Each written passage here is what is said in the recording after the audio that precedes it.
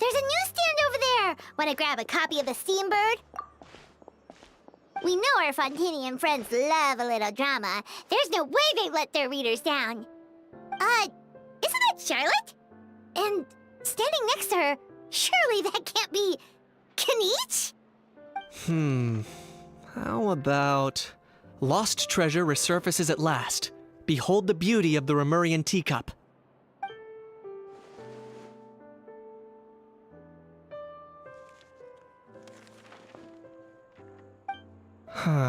Pretty shocking. But it still feels like it's missing something. Ah, got it! Udex gravely wounded in shocking stabbing. Set to miss cross-border smuggling trial.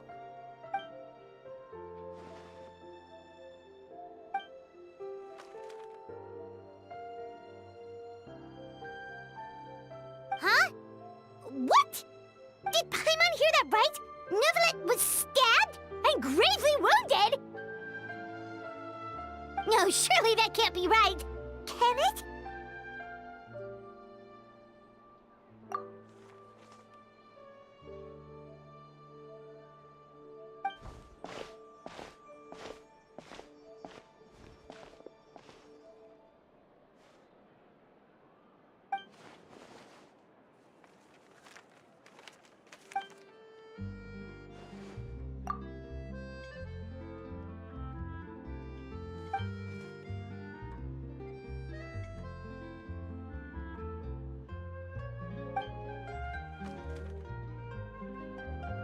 Hey there, you two.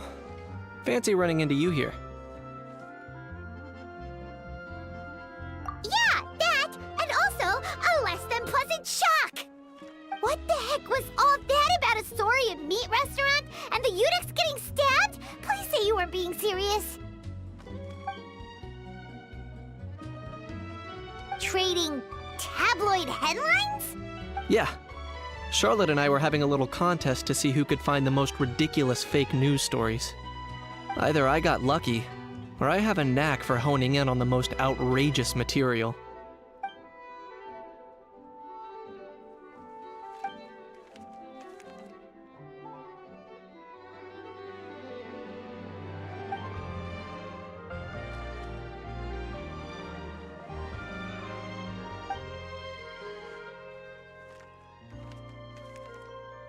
If I had to quantify it, I'd say about 1% of what they write is the truth. Huh? Him? Lenient? Oh, you gotta be kidding! Ah! Don't get me wrong. I'm not trying to give credit to these so-called news stories for occasionally including a grain of truth. All I'm saying is, even the wildest leaps of the human imagination are always rooted in reality. You mean all those fake headlines you mentioned actually do have some basis in fact? Sure they do. For instance, there was in fact a smuggling trial recently. Considering the amount of speculation surrounding the smuggled goods, it's no wonder there are rumors about restaurants serving saurian meat or teacups being unearthed from ancient ruins. But in reality, the goods in question were simply a few ancient relics dug up from ruins in Natlan. Rest assured, no saurians were harmed in the process.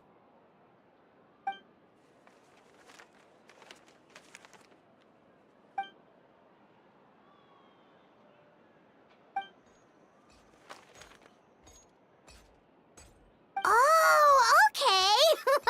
Paimon was so busy freaking out about those headlines that she totally forgot to ask why you're here in Fontaine, Kinich.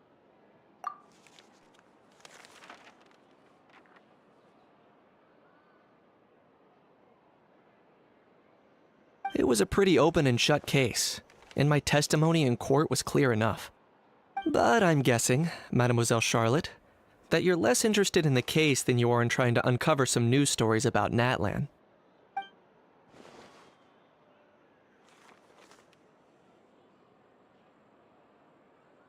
I appreciate your kind invitation, but like I said, storytelling isn't really my forte. Kaniche the speechless! Kaniche the tongue-tied! Huh? If you're dead set on doing an interview, why not talk to the Traveler instead?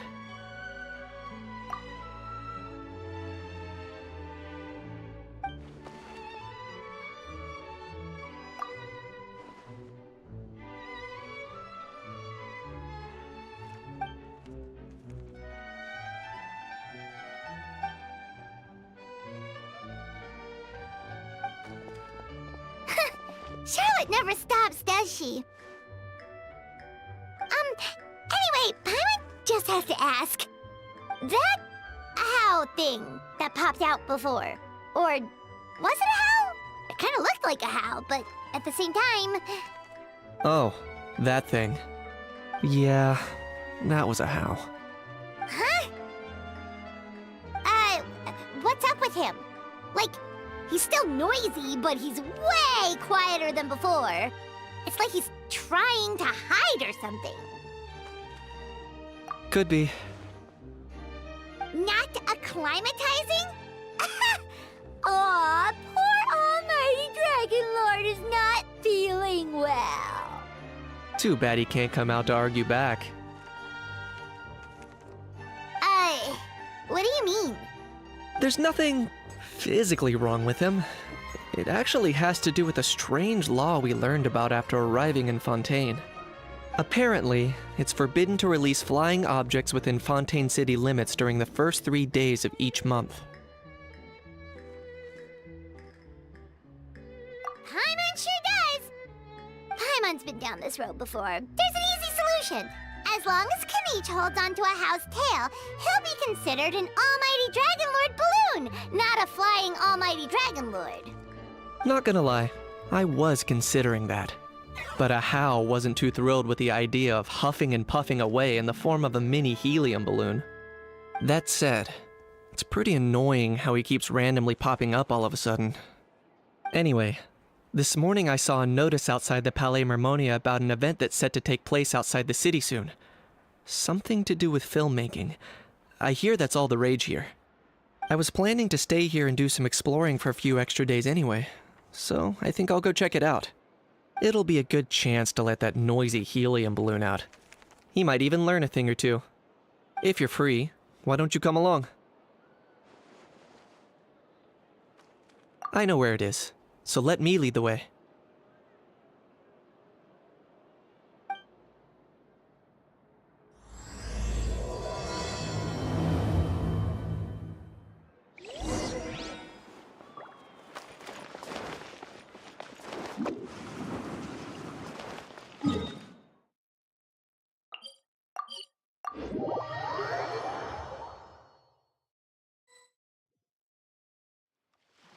Looks like I remembered correctly. Here we are. Wow, this is awesome! Hard to believe it was just an empty beach before. Yeah, it was still completely deserted only a few days ago when I passed by on my way to testify at the Opera House. There must be some efficient workers in Fontaine. Quite impressive. A few days? One night was all it took. Rap-a-tap-tap, ta-da! But is this all it takes to blow people away? Oh, no, no, no. Given my past experience, I can't let myself get carried away.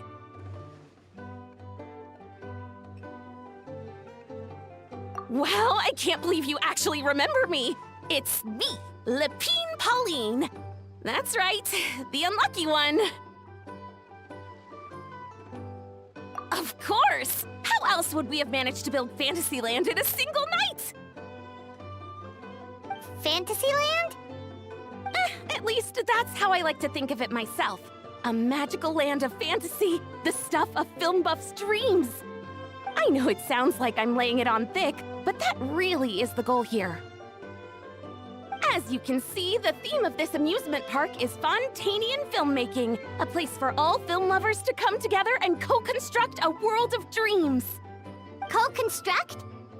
Well, that's a relief. Sounds like you're sharing the cost this time rather than pouring your entire life savings into a single project. Nope! I might be inviting others to help fund this, but that doesn't mean I haven't thrown all of my life savings into it too! Huh? You've got to be kidding. Ha! Look at you, puny little humans. Recklessly betting your entire future against some stupid vanity project. If you're expecting even an ounce of sympathy from the almighty Dragon Lord, dream on! Mockery is all you shall get, straight from the heart! Sorry, just ignore that little gizmoid. He likes to butt in occasionally. Do go on.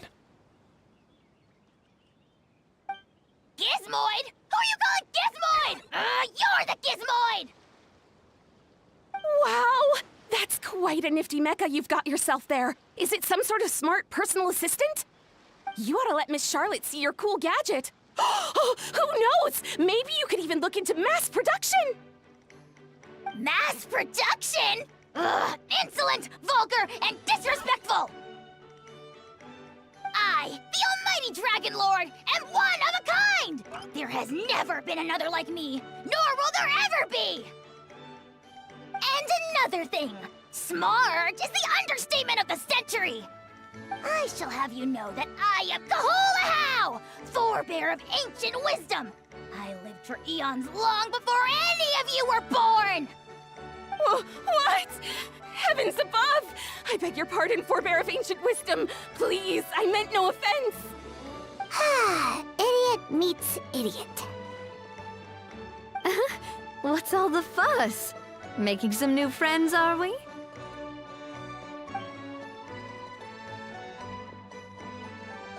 Miss Navia!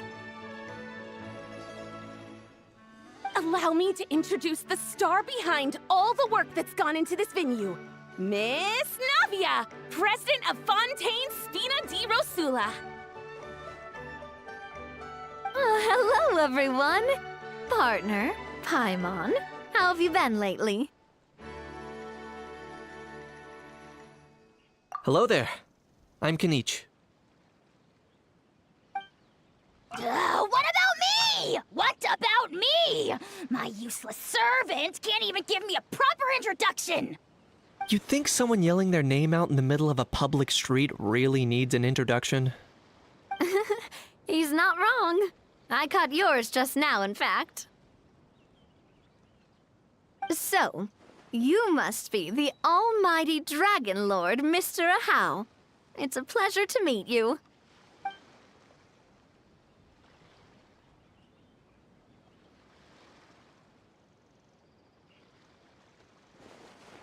Oh, see that? That's what I call proper manners. Well, well, it's not every day you meet a well-mannered human. Navia, was it? Excellent. You may address the almighty Dragon Lord by his name.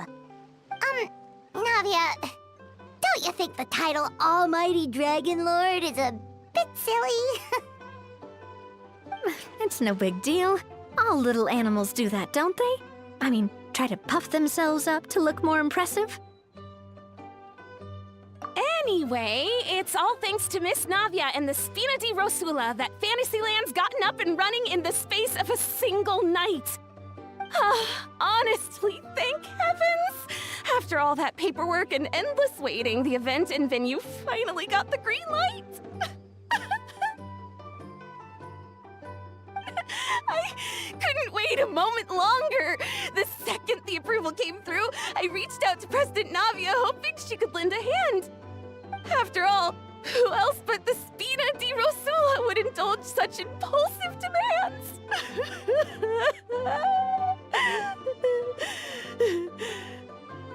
Sorry, Traveler. Miss Lapine Pauline sometimes gets a bit overwhelmed by her own excitement, as you can see. I'm guessing she hasn't gone into much detail about the event yet, so let me fill you in. In short, the Cheval Film Fantasyland is a fan convention that's open to film enthusiasts from all over Teyvat. Miss Lapine Pauline is hosting this event and also providing technical support. Huh? Cheval Moran? That's right! The one and only Surintendant Cheval Moran! After much persistence and many solicitations, I finally obtained Lady Farina's permission to use the image of her close friend.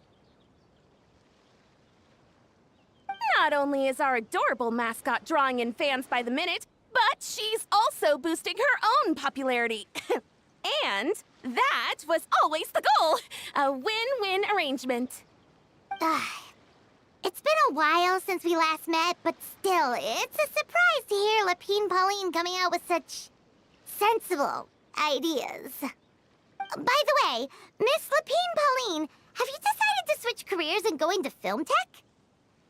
Not exactly. By chance, one of the prototype lenses I developed caught a photographer's eye, and it's now being used for the latest cinematic productions. Thanks to this unexpected opportunity, I've had the chance to invent various film-related equipment and props. That's right. So don't underestimate Miss Lapine Pauline, our resident engineer. She's the technical powerhouse at the core of this entire event. As for the Spina di Rosula, we're mainly here to take care of planning, operations, and management. For anyone feeling inspired to set up a booth, Miss Lapine Pauline and I will provide the necessary technical and operational support once their application has been approved. By the way, Traveler, are you at all interested in taking part? It would be a chance for you to earn some extra income. Plus, with your skills, I'm sure you could bring something special to the table. Paimon would be even more tempted if you were to say, throw in one of those fancy feasts she's seen in those gourmet food reels. Well, as it happens, that'll be a piece of cake. Everyone needs to eat, whether they be tourists or the stall owners themselves. So thanks to Miss Navia's help, we've managed to invite none other than the celebrity chef, Miss Escoffier, to run our theme restaurant. Look over there!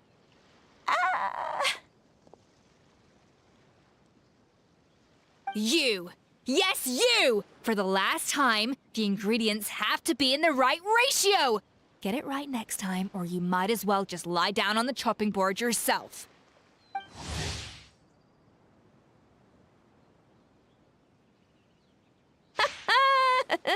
She seems a bit busy right now. Well, I'm sold. I think I'll make a How go be her assistant. You little... What's your game here?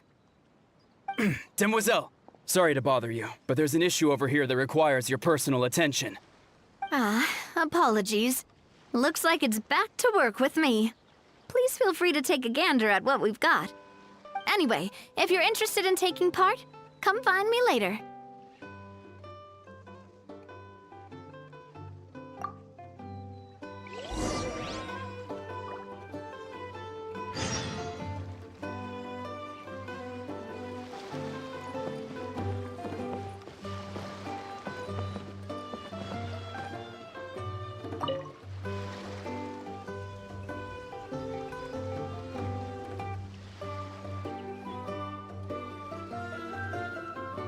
Traveler, it's you! Ready to join the Cheval Moran Film Fantasyland crew?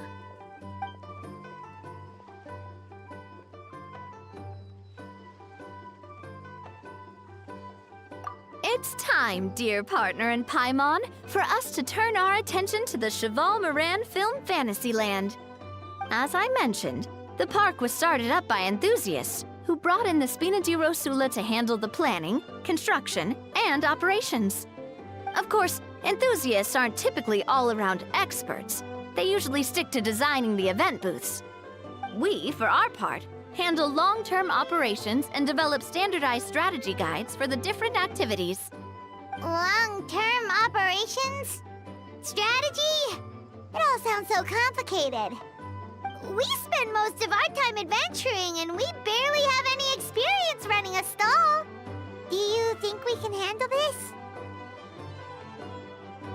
That's more like it. You've seen it all before, haven't you, partner? I'd even go as far as to say you've shaped some of Tevat's biggest business ventures. Anyway, first things first. Let's get an overview of how the whole festival's gonna be run.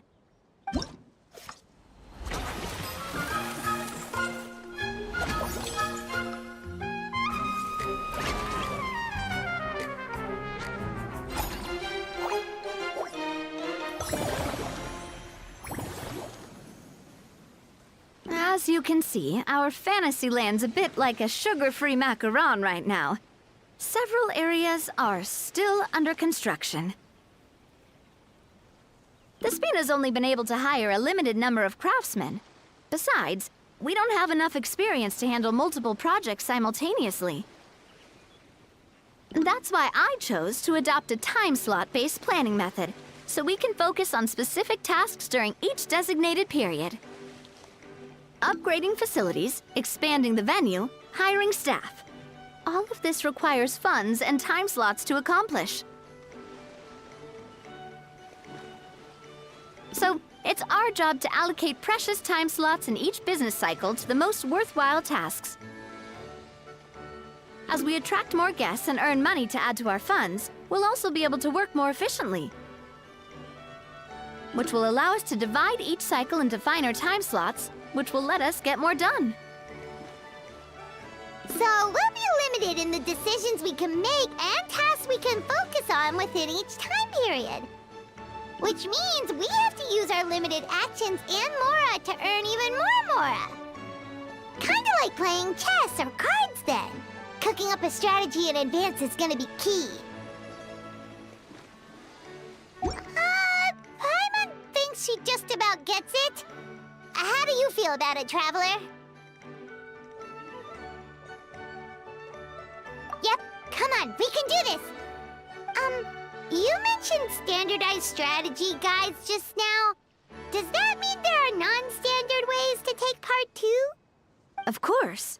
Film and entertainment mean different things to different people. And there's gonna be a wide range of exciting activities for people to try out. If we're not careful, some visitors might wander off and end up getting in trouble. And others might pick up dangerous props by mistake. To avoid confusion, we need to create a standardized strategy guide for each activity. Just think of it like a walkthrough.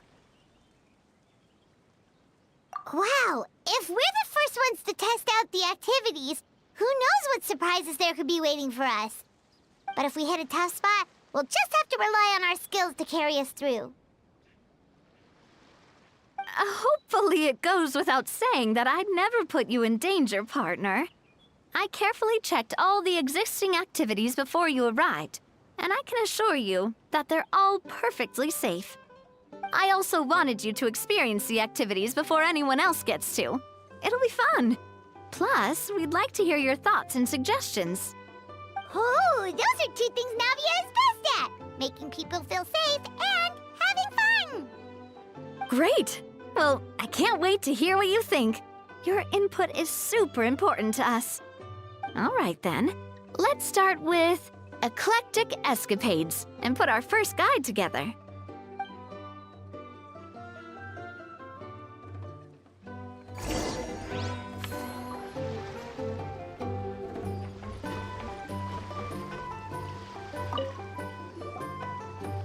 Greetings. Apologies if you overheard my harsh words just now, but I assure you it is entirely necessary. The sheer lack of standards here will be the death of me. Do you have any idea of the kind of customers I'm gonna get with how lax things are at the moment? The ones that leave their guns behind by accident, and then come back to collect them later bringing ammunition with them. Yeah, that's the kind of customer you wouldn't forget in a hurry. Oh... Wait, has that happened before? No, it's just the mention of guns reminded me. Someone did actually leave their gun nearby. Huh? Just before we started setting up, as we were cleaning up the site, someone stumbled upon a mysterious locked box. It didn't look like something from Fontaine, though. It had more of a Natlanese vibe. Oh? Do you think a foreign tourist might have left it behind? That's what I assumed at first. But the box was buried beneath a pile of wooden planks, rocks, and whatnot, so it seemed like someone deliberately hid it there. But I didn't see much point in speculating, so the best thing I could think of was to hand it over to the authorities. I trekked all the way over to the Palais Mermonia just to hand it in. Ugh, it was exhausting. What did the authorities make of it? Oh, they made a mountain out of a molehill, as usual. Before even addressing the question of what was actually inside the box, they had several heated discussions about whose responsibility it was to write the lost and found notice. Thankfully, the ever-reliable Officer Sedine stepped up and immediately called in the Marechaussee Phantom to crack the lock and check if there were any dangerous items inside. And, as it turned out, there was a gun. Wow, that's a dangerous item, all right. Mind if I ask what kind of gun it was? Oh yeah, Mr. Kanich, you're from Natlan, aren't you? Do you know a lot about guns? You could say it comes with the job. I have an interest in weaponry and the like. Ugh, such a spoiled brat. What, are the toys I gave you not good enough for you anymore? Yep, got sick of those long ago. You little... How dare you turn your nose up at my gifts! Why, Time for a timeout, old-timer. Sorry, where were we? Oh yeah, do you recall what the gun looked like? It's a bit hard to describe. If you ask me, it didn't even really look like a gun. Give me a second. I'll knock out a quick sketch.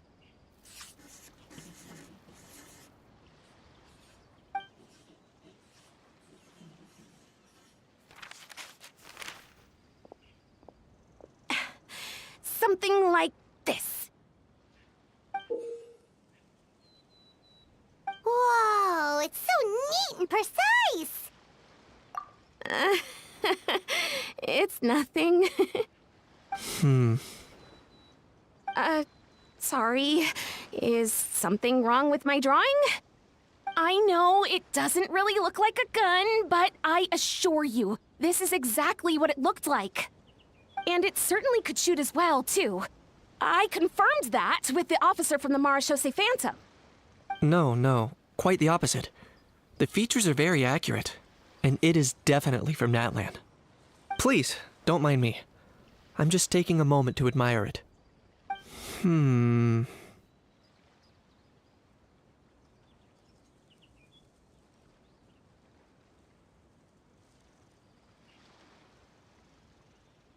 I should be the one thanking you. Thank you, and everyone else for your support. Don't mention it. Besides, we haven't really done anything. Not at all. The buzz and excitement you guys bring is exactly what this event needs. Oh dear, I'm starting to feel a bit guilty watching everyone else toil away. Guess it's about time I got back to work too. But just before I go, one last thing. Traveler, it's wonderful to see you. Here's to a successful collaboration.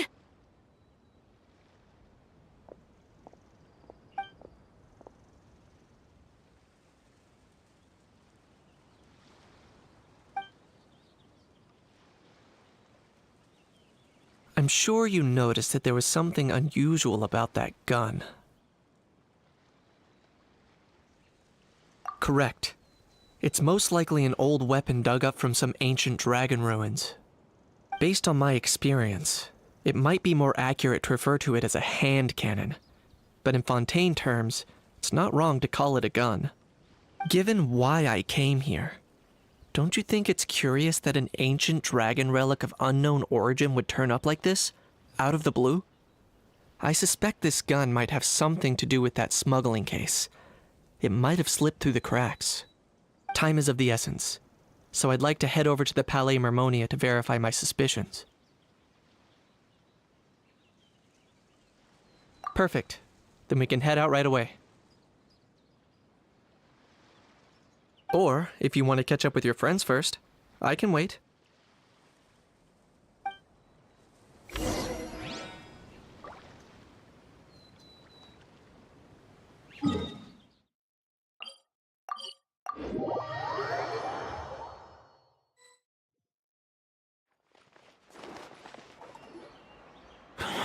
Oh, man.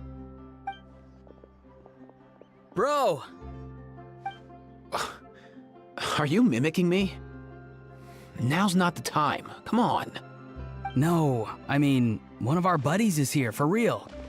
Quite a few of them, actually. Aurora and Aoife, what brings you to Fontaine? Huh? How come you're... Ah, I'm guessing Kanich is here because of that international smuggling case, right? I've heard quite a bit about that. Word sure gets around quickly, huh? First time abroad and you're already making headlines. Oh, stop it. It's not like I was the center of attention. Wasn't expecting to see the Traveler and Paimon here too, though.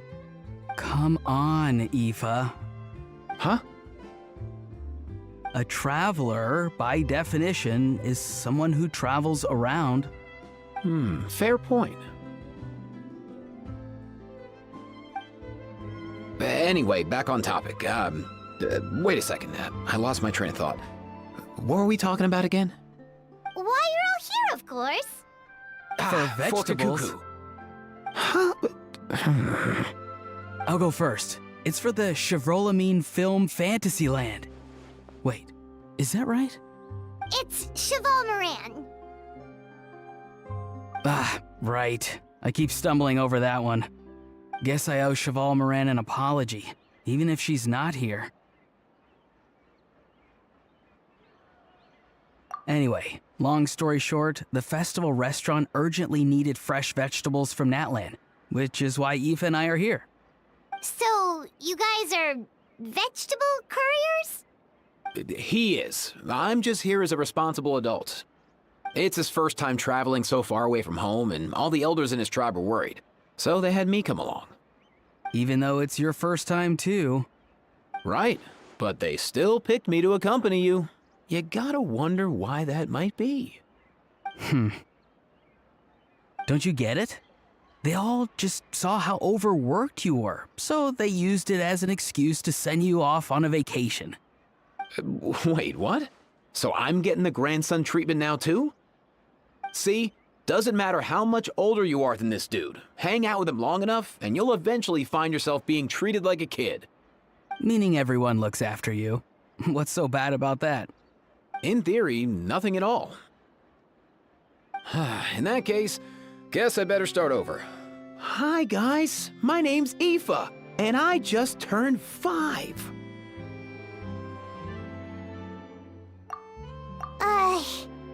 Paimon's not sure who the responsible adult is anymore.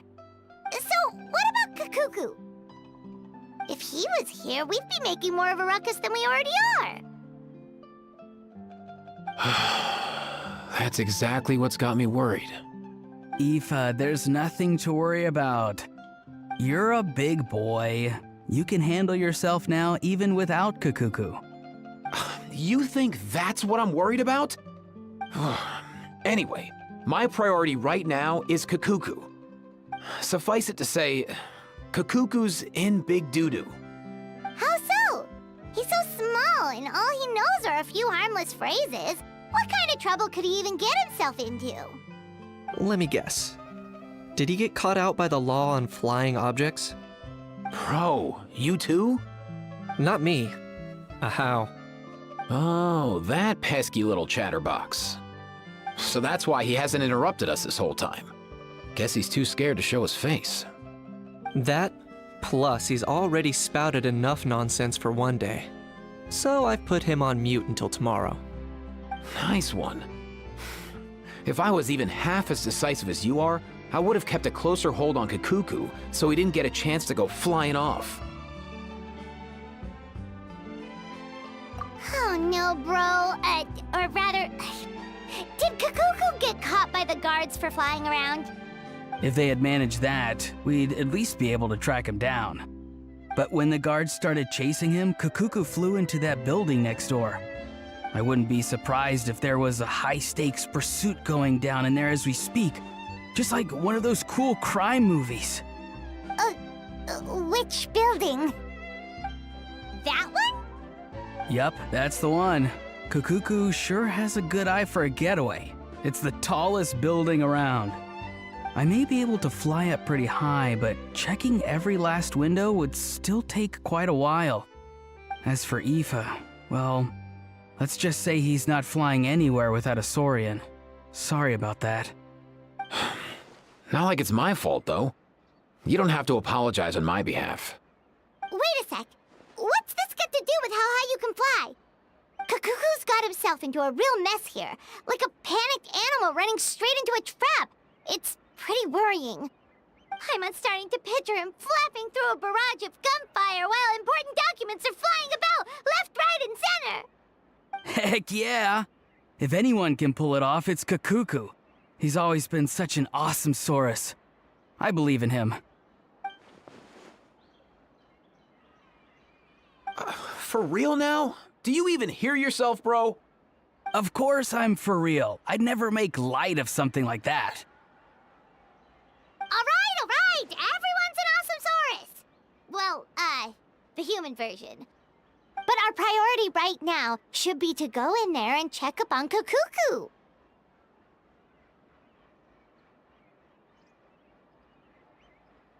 Leave it to us. You sure? Wow, awesome. That'll be a huge help. And if Kakuku doesn't listen to you, I give you permission to pull out a couple of his feathers. Wait, since when was that up to you? Well, then it's your call, bro. All right then, if Kakuku doesn't listen to you, I also give you permission to pull out a couple of his feathers. There you go. If he objects to that, tell him to come find us. He won't. Trust me.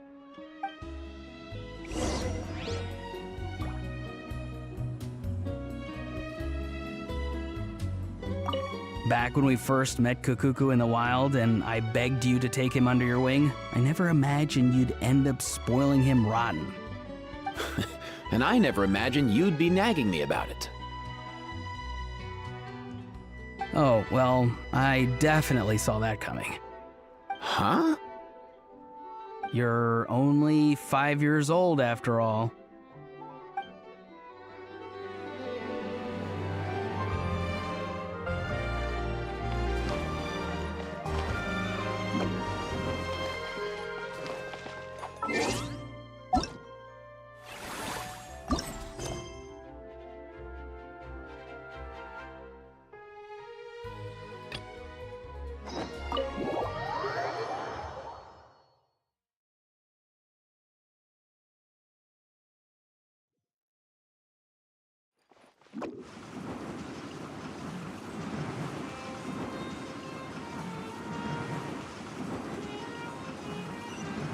Nothing new there. The first few days of every month are always noisy.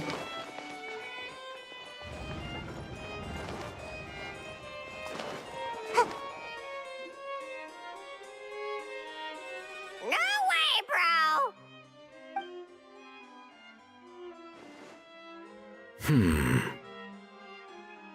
Did he say he came from Natlan? No. Get out of here! I can understand his words, just not what they mean. Oh no.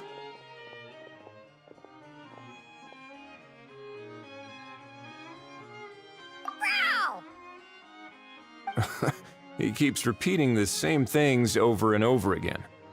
Oh, you know one another. He's a friend, yeah. A Saurian friend, let's say. Great. Well, that was easy. Looks like we've tracked down the owner. Guess that's one less lost and found notice for you to write, Monsieur Neuvillette. For real? Traveler, Was there something important you wanted to discuss with the Udex? I'm just about done with my business here. Need me to step out? Stay and hear them out first. Perhaps it will have some bearing on your own work. If I'm not mistaken, you are the same Mr. Kanich who served as a witness in the smuggling trial? I take it there's been a further development in the case. That's right. Very perceptive, Mr. Udex. So you've met Nervalette before? But wasn't the trial overseen by another judge? I've seen his photo in the papers. But as for this other gentleman... Allow me to introduce you to Mr. Wriothesley, administrator of the Fortress of Meripede. Or in layman's terms, Fontaine's prison warden. Please, feel free to share anything about the case. There's no need to keep anything from him. Pleasure to meet you. Pleasure to meet you! Wow, that sounded just like me. But should we really discuss official business in front of the Saurian? Oh, wow! Oh, no! I believe he said... Or rather, I suppose he meant that he'll keep this to himself. Though I should mention, Mr. Kukuku, that we will have to ask you to sign a confidentiality agreement. Sure thing, bro!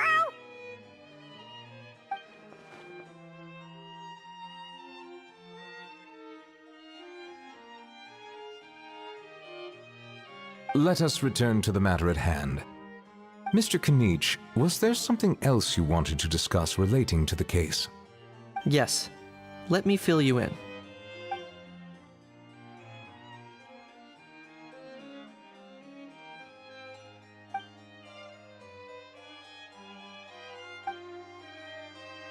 Wow! It really is exactly like Lapine Pauline's sketch! That must be all that practice drawing engineering blueprints, huh? So if it's true that this weapon came into Fontaine alongside the contraband from the smuggling case, then there's a high chance we overlooked a suspect. That's exactly my line of thought. I see. Mr. Kanich, thank you for reporting this promptly. I'll arrange for the Marechaussee Phantom to investigate right away. We should begin by questioning the prisoners in custody. Wriothesley. I'll sign off on the interrogation request, don't you worry. That would be much appreciated. It's lucky that the Palais Mermonia wasn't scheduled to release any public bulletins today, and that this guns lost and found notice hasn't been written up yet. In other words, the news hasn't leaked. I'll be staying in Fontaine for the time being. If there's any progress in the investigation or you need my help, feel free to reach out anytime. Yep, we were just about to go help out with Lapine Pauline's convention. If there's any news, we'll keep you all posted. Marvelous. Thank you all. Well then, all that's left is to...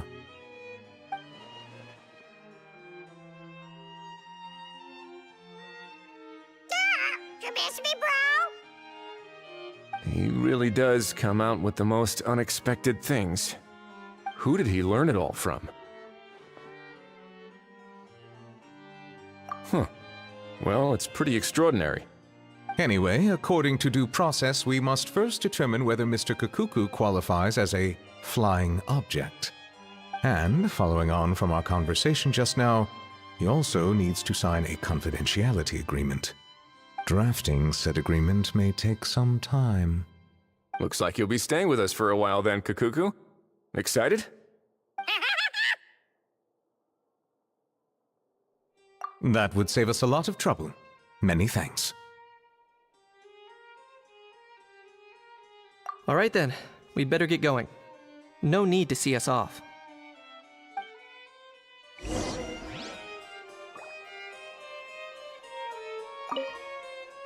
I know you mentioned a while back that people from Nadland would soon start showing up all over the world.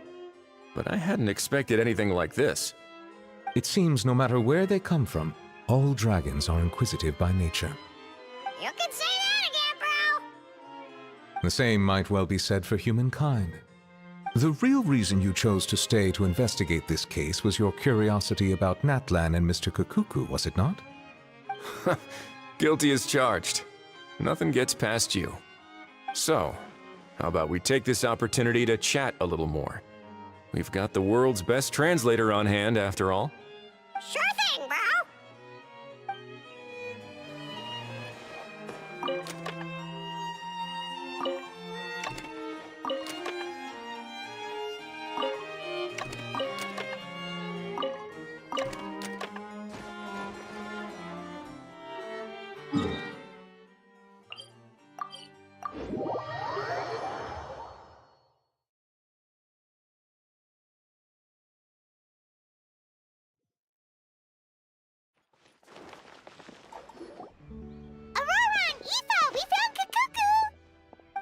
What's the situation? How bad is it? Oh no. When I saw that Kakuku wasn't with you, I'd already prepared myself for the worst. Relax, Aoife. Maybe Kakuku just prefers high-rise living now. Sometimes you just have to let the kids grow up and make their own choices in life. For real now? Do you even hear yourself, bro? It's not that bad. Kakuku's fine. Still very much alive and kicking for starters. He hasn't been arrested either, so no jail time.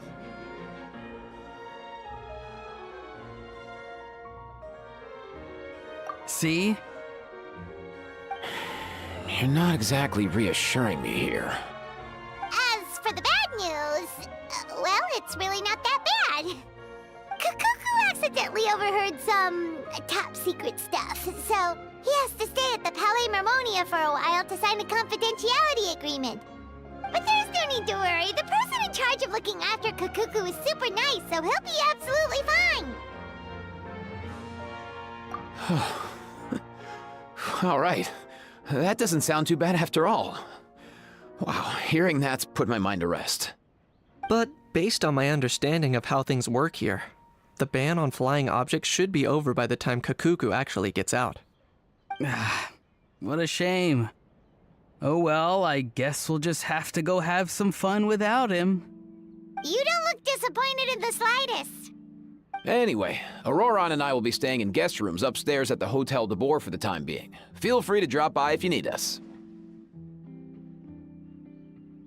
Yay! Problem solved! All right, let's catch up another day.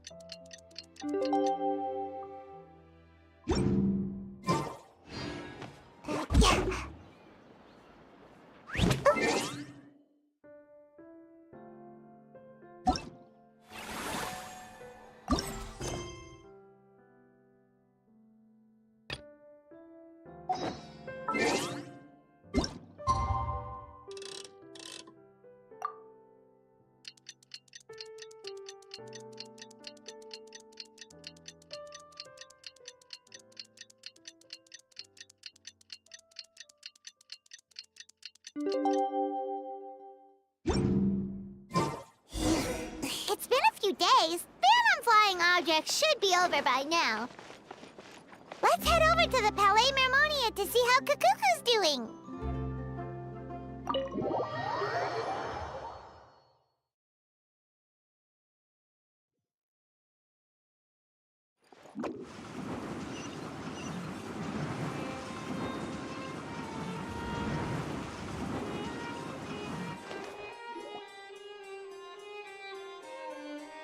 Hey everyone, we're here! Oh, hey, my little dudes! Good morning! Oh, wow! Kakuku's learned a new greeting! Is that good news or bad news, though? Sorry, I did everything within my power. But so far, I've only managed to teach him how to say good morning. Wait, so that's all you've been up to this whole time? Get out of here!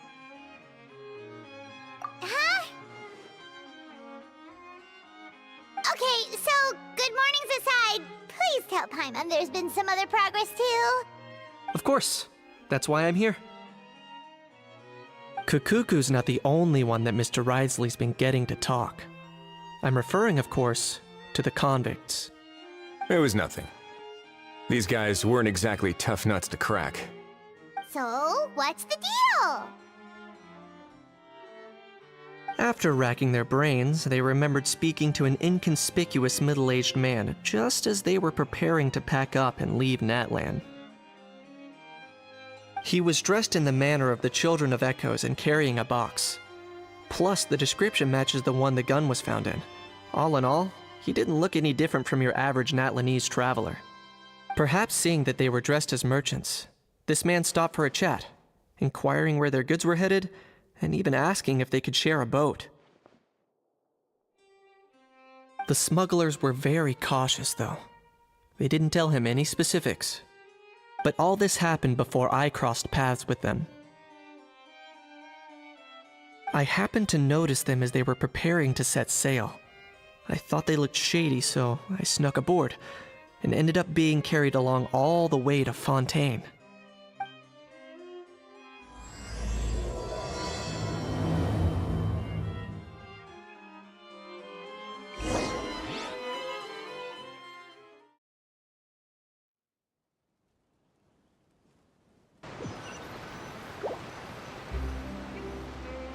Boss, do we know if those Fontanians will even like this stuff?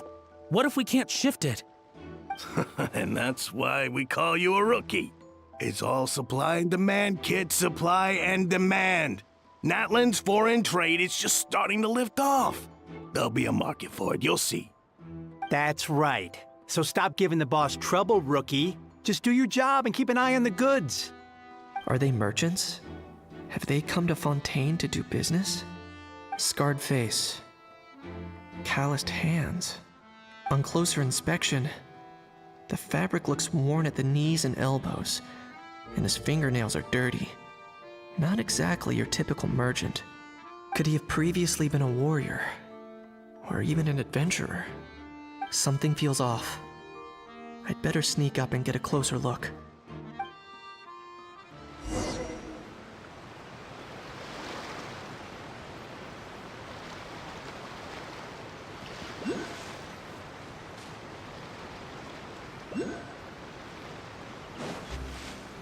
Nice thinking, boss.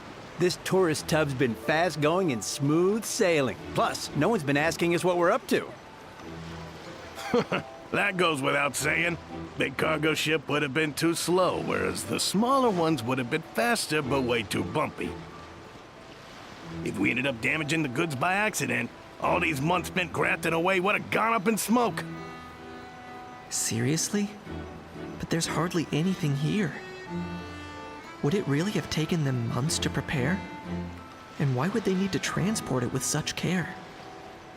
Could they be secretly smuggling precious items out of Natlan? I'll need to find a way to get to the bottom of this.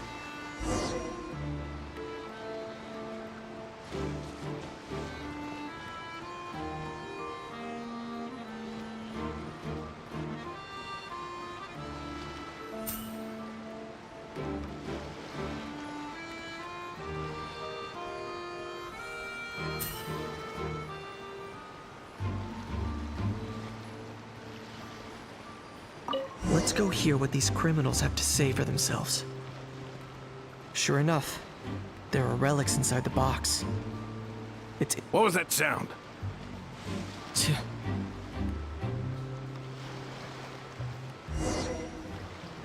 Boss, do we know if those Fontanians will even like this stuff? What if we can't shift it? And that's why we call you a rookie. It's all supply and demand, kid. Supply and demand. Natlan's foreign trade is just starting to lift off. There'll be a market for it, you'll see. That's right. So stop giving the boss trouble, rookie. Just do your job and keep an eye on the goods. Are they merchants? Have they come to Fontaine to do business? Scarred face. Calloused hands. On closer inspection, the fabric looks worn at the knees and elbows, and his fingernails are dirty. Not exactly your typical merchant. Could he have previously been a warrior? Or even an adventurer? Something feels off. I'd better sneak up and get a closer look.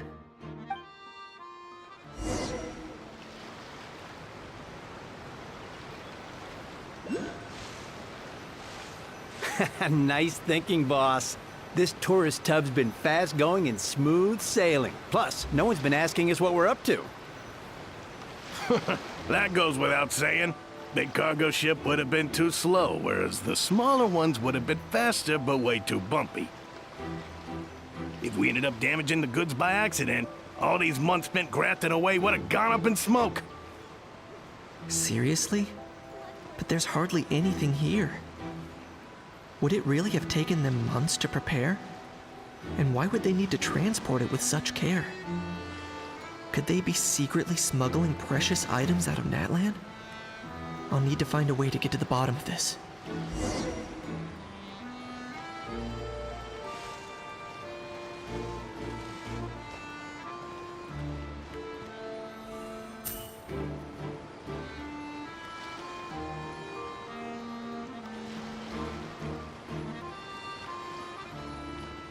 Let's go hear what these criminals have to say for them. Who goes there?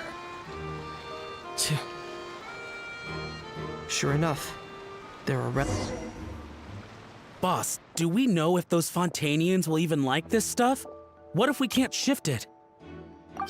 And that's why we call you a rookie. That's right. So stop giving the boss trouble, rookie. Just do your job and keep an eye on the good. Are they merchants? Have they come to Fontaine? Scarred Fate. On closer inspect, could he have previous? Something feels off.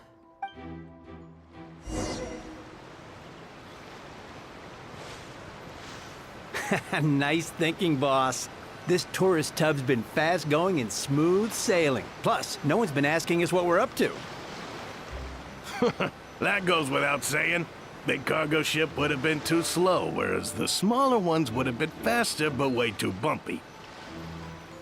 If we ended up damaging the goods by accident, all these months spent grafting away would have gone up in smoke. Seriously? But there's hardly anything here. Would it really have taken them months to prepare? And why would they need to transport it with such care? Could they be secretly smuggling precious items out of Natlan? I'll need to find a way to get to the bottom of this.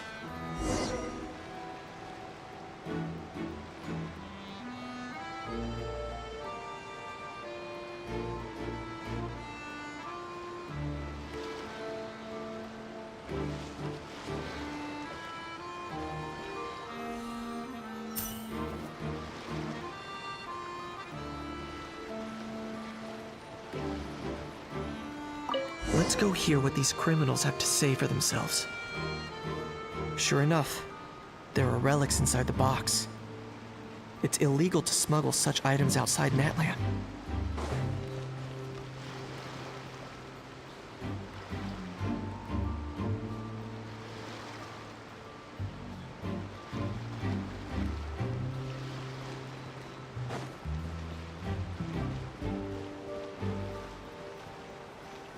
Hey, why the long face? You're abroad on business, and you get to do some sightseeing while you're at it. Sounds like a pretty sweet deal to me. You better cheer up if you know what's good for you. I guess you're right. I was just worried I might have messed up with the packing, or that something's gonna go wrong along the way. Oh, pull yourself together. Tons of foreign tourists come traveling to Fontaine. I bet their luggage is full of all kinds of weird stuff. If someone insists on checking it all, just show them the purchase order we had drawn up.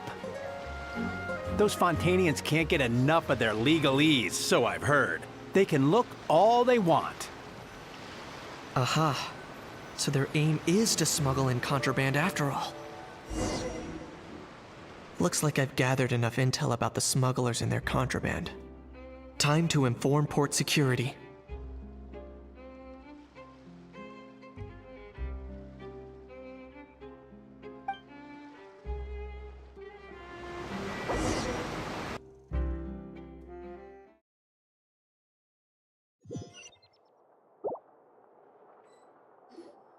So anyway, That was when I went and told the Fontanian guards about my suspicions.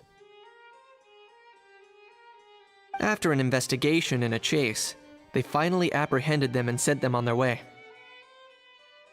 Well, guess they're headed exactly where they should be. Thanks. Based on your recollections just now, I was completely focused on those smugglers at the time, so I wasn't really paying attention to other passersby. Yeah, Kanish, you did great! in other words, the person who brought the gun here, the one who lost it, has no connection to the smugglers whatsoever. They were working entirely on their own. Oh dear, oh dear! Sounds like Mr. Kukuku wants to chime in? He said this elusive individual's actions are positively mystifying. It's a good observation, I quite agree. However, we still know next to nothing about the person. Perhaps we should start by focusing on the lost item itself.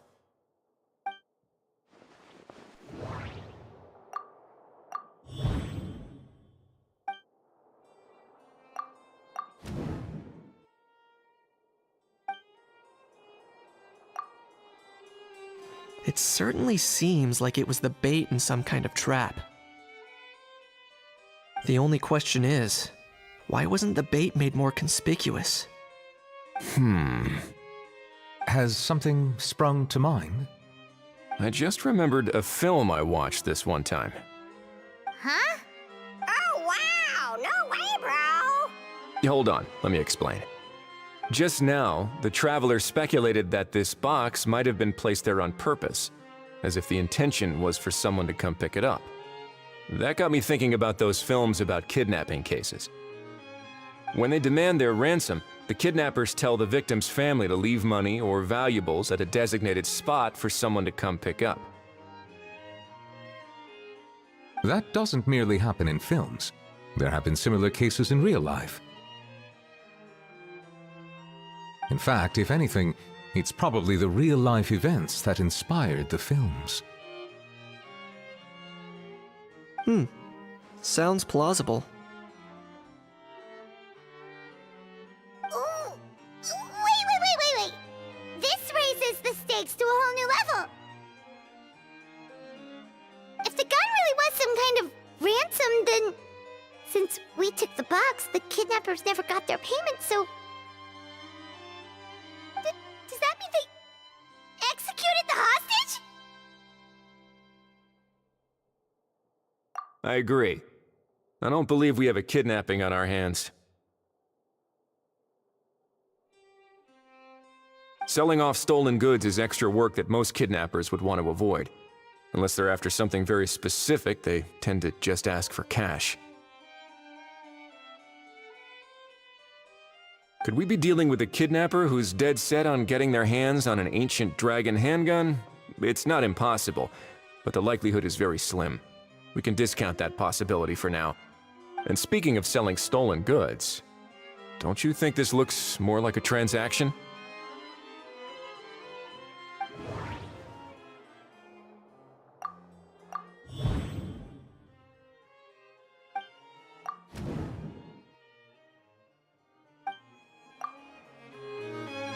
So, bottom line, this was an individual smuggler at work. Exactly. And it was the location itself that caused the deal to fall through.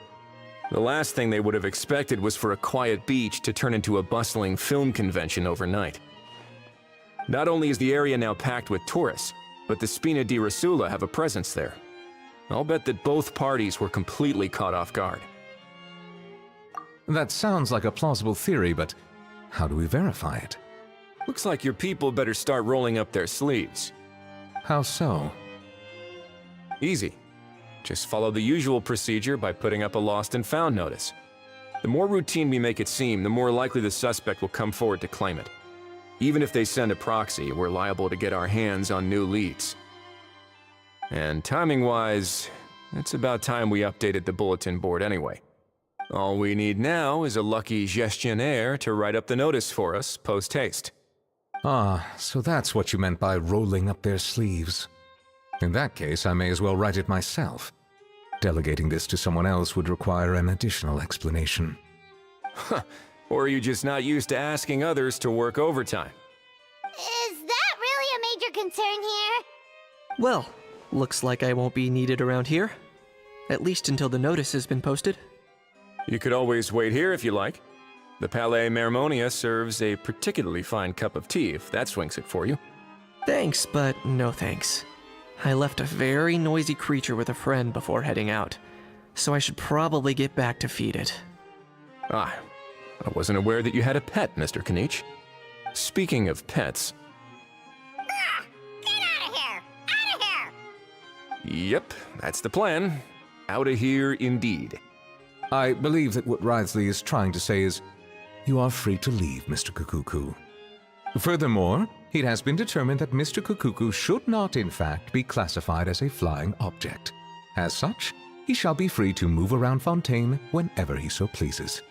You're the best, bro! Oh, that really is good news! Travelers, should we bring Kukuku back to Aoife and Auroran? I shall leave him in your capable hands. Indeed.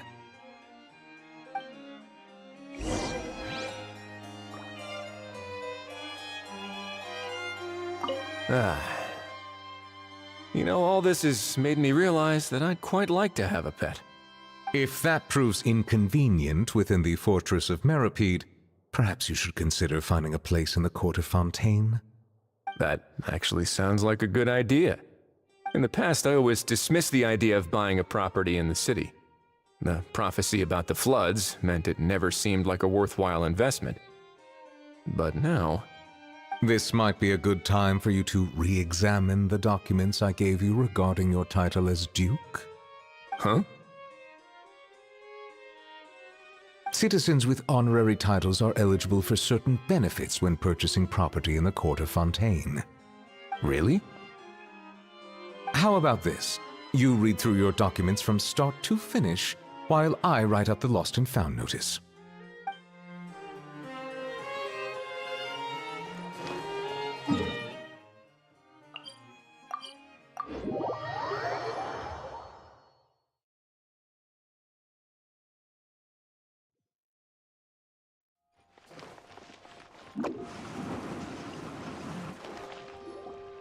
How?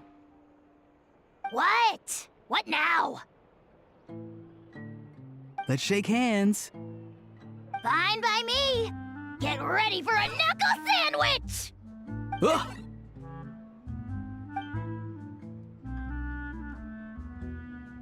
Oh, nice dodge. Paimon feels strangely inclined to keep a safe distance. Did you miss me, bro? Kukuku, you're free! Ugh, not you again. Nope, didn't miss you in the slightest. Hey, other granny. And hey, Paimon and Kanich. It's good to see you all. Thanks for bringing Kukuku back. Get it away! Get it away from me! Nice to meet you, bro. Who are you calling bro? Say that again to my face! I dare you. If you've got the energy to argue this much, you're clearly not hungry yet. Let's go find something to eat while a How lives his best life.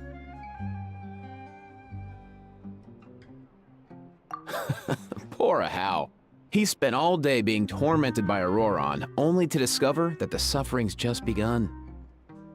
Aoife, as a Saurian vet, how can you just sit back and watch our little dragon bro suffer? Huh? How am I the bad guy? Even hear yourself? Ah! Doesn't anyone want to hear how Kukuku got out of jail?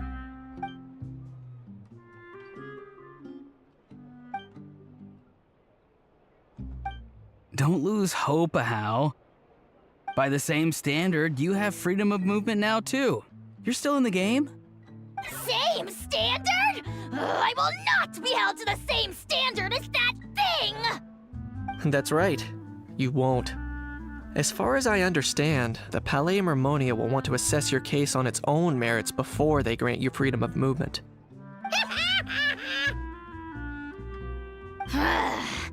Where's that Saurian meat restaurant again? I'm gonna march that little pink balloon right into the kitchen! Yeah, good luck with that, bro. You'll be putting your own neck on the line, too. Also, there's no such restaurant! Anyway, thanks for looking after a How, guys. I'll take over from here. Why, you?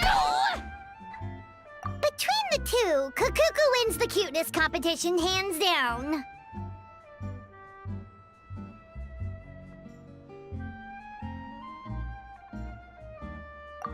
Really? Thanks! Wait, who are the other contestants, though?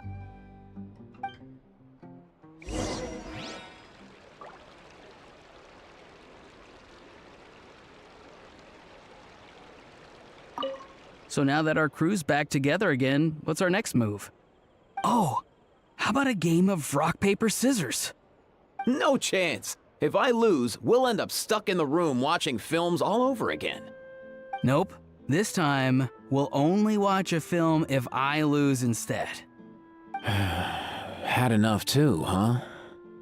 For real now? Come on, bro! Can we just ditch this whole leaving it all to chance thing? Why don't we take our fate into our own hands? Aren't we doing that already? Rock, paper, scissors uses our hands. Don't know why you're laughing. You're stuck with paper every time.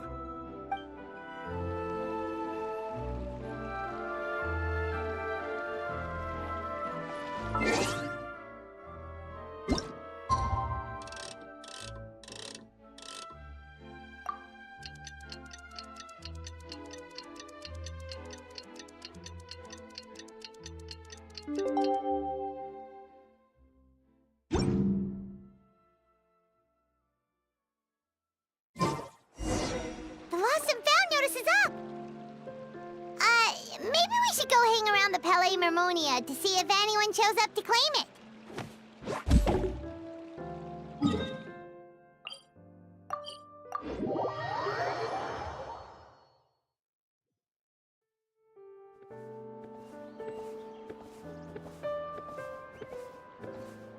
Make my escape.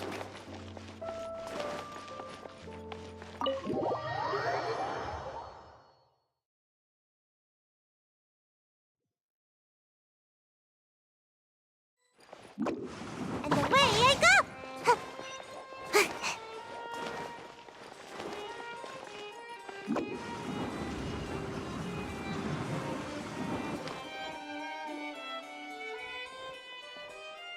Huh, looks like there were quite a few others with the same idea. Ah, hello, you two. Have there been any developments? Okay, guess not. Well, the notice was only just posted. Guess it's pretty unlikely that someone would show up right at... Special Patrol, open up! Ah! Who's there? What's going on? The Special Patrol? I don't think that's who this is. Hey, this isn't the time for silly jokes! Let's go check it out.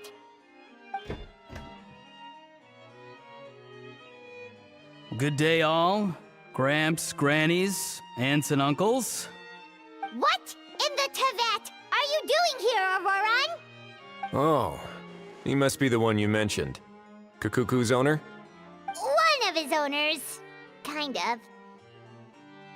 But, bro, what are you doing here? I'm here to claim a lost item. Is this the person you saw on the boat, Mr. Kinich? Somehow I highly doubt that. For starters, he just addressed us as Gramps and Grannies. And unless this is the youngest looking middle-aged man in the world, I don't think he's our guy. Huh. Was there something wrong with my door-knocking etiquette? That's how they do it in all the films. That's not door-knocking etiquette. That's the Special Security and Surveillance Patrol doing their job! Completely different things! Oh, I see. I figured it was just a polite way of requesting entry to show the people inside you had something important to discuss. Oh, sorry about that. I totally goofed that one up. Give me a moment. I'll go back out and try again. So, Auroron, you said you were here to claim a lost item. What did you lose? Yeah, so basically...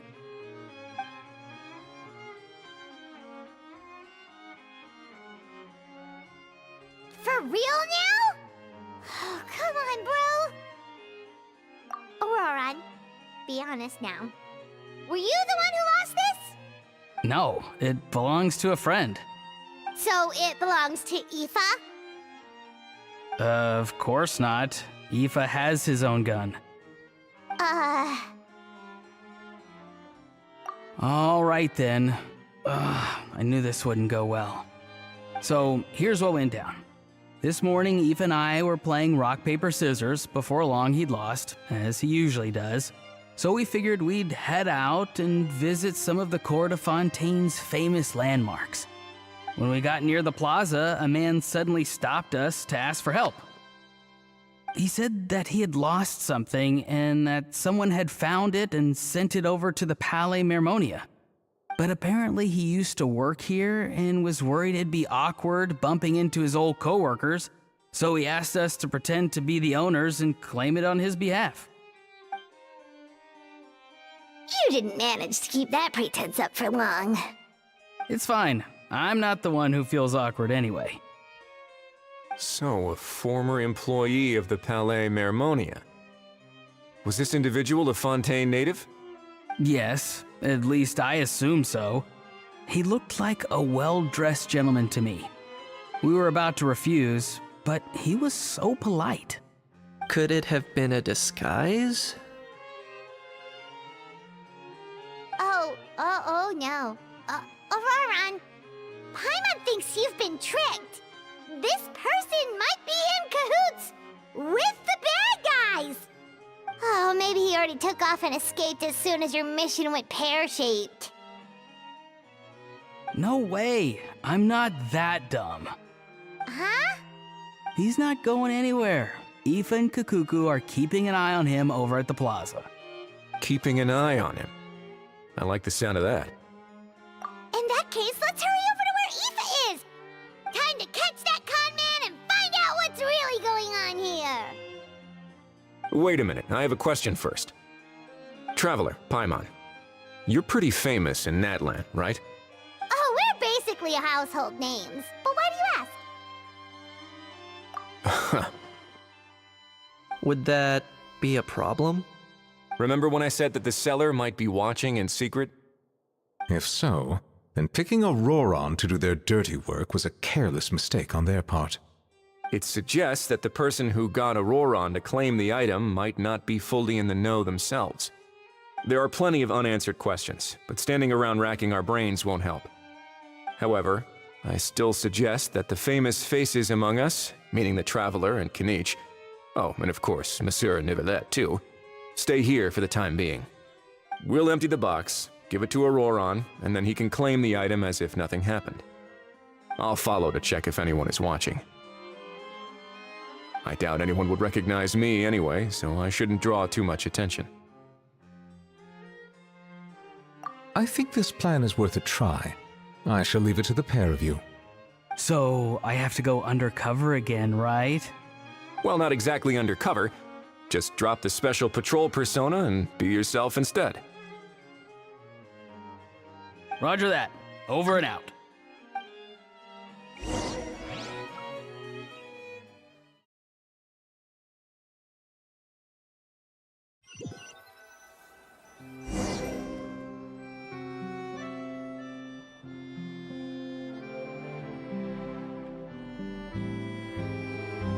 No sign of any suspicious individuals around here.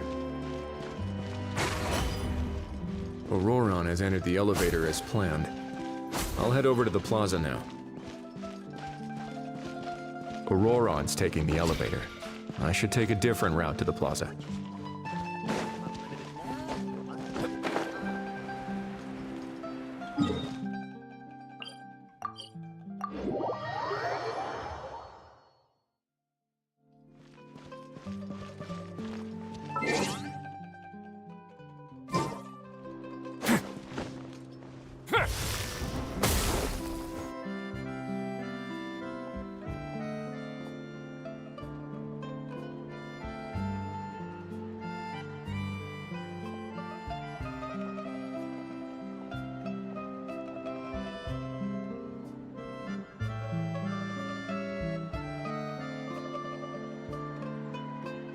Nothing suspicious going on here either. Strange. Maybe we're overthinking this? Oh dear! Oh dear! Stop with the pecking! Stop with the pecking! Please, sir, I'm begging you, do me a favor and get this pet of yours under control! The heck are you on about? Sorry, but he's not my pet. He's my coworker. And I should warn you, he's not too happy with how you're talking about him. What the? This thing has a job? So in that land, they just dish out jobs to any old thing. Uh-oh. Kukuku's not too big on being called a thing either. You're on your own now. I'm sorry. Please, Mr. Kukuku. Master Kukuku. Lord Kukuku. I meant no offense, I promise. All right, Kukuku. That'll do for now. Let me ask him some questions first. Sure thing, bro. Auroron actually looks pretty serious this time. Was he just pretending to be clueless earlier? Interesting. Think I'll sit back and see how this plays out. You actually got it? Wow, didn't think it would be that easy. Ah, excellent. Looks like sending you was the right approach after all. After all? I mean, because the staff at the Palais Mermonia don't recognize you, right? So I got it, but I don't remember promising I'd hand it over. Huh? This thing's pretty cool. I've taken a bit of a liking to it.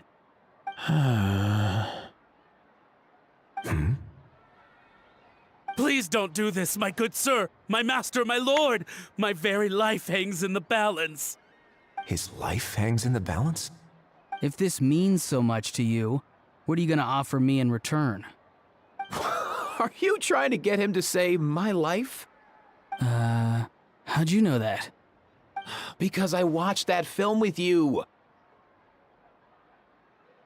You should drop the act. We don't want a real misunderstanding in our hands. You're probably right. But honestly, I don't know what else to say. Sorry, this is the most myself I can be. Is that enough? Enough. More than enough. Who's this dude? Just think of me as a staff member from the Palais Mermonia. Now, if you don't mind, I have some questions for this gentleman about that life or death treasure you were just discussing. Truthful answers appreciated, of course. Oh no, I'm toast now. What's that supposed to mean? You don't think the Palais Mermonia has the ability to protect our citizens? No, I mean, yes, of course they do. Please ask away. I could do that. But I'd rather you just tell the whole story, from the beginning. I suppose I only have myself to blame. Such a rare antique, I couldn't resist. I'm a collector of antiques. Nothing excites me more than rare, old relics, and to be completely honest, if someone's selling, I'm buying. I don't care to ask where they sourced their goods. As for the seller of this particular item, well, I've never met him in person. We've had some prior dealings, but always under the cover of coded ads in some shady tabloids. Lost and found notices, missing person ads, that sort of thing. As long as I took care to hide a time and place somewhere within the text, then slip some mora into the envelope before submitting the ad, it would get published. And that was that. No fuss, no trace. Simple, right? Normally, everything goes off without a hitch. But this time, I arrive at the pickup spot expecting a discreet in and out, and instead, I find a whole construction crew at work. That was not what we'd agreed, but I couldn't just let it go, so I reached out to him again the same way as usual. He replied, and do you know what he said? He told me that the item's now in the Palais Mermonia. Well, he wasn't lying about that.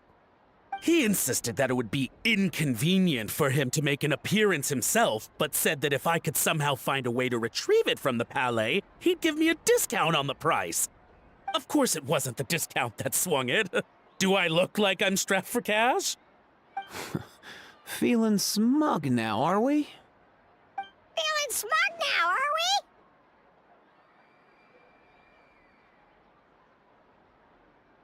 we? No, no, please go easy on me. Go on.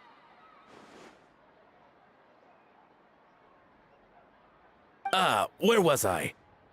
Well, anyway, I thought to myself, seeing as the item itself came from Natlan, it would make more sense if I could find someone from there to go retrieve it.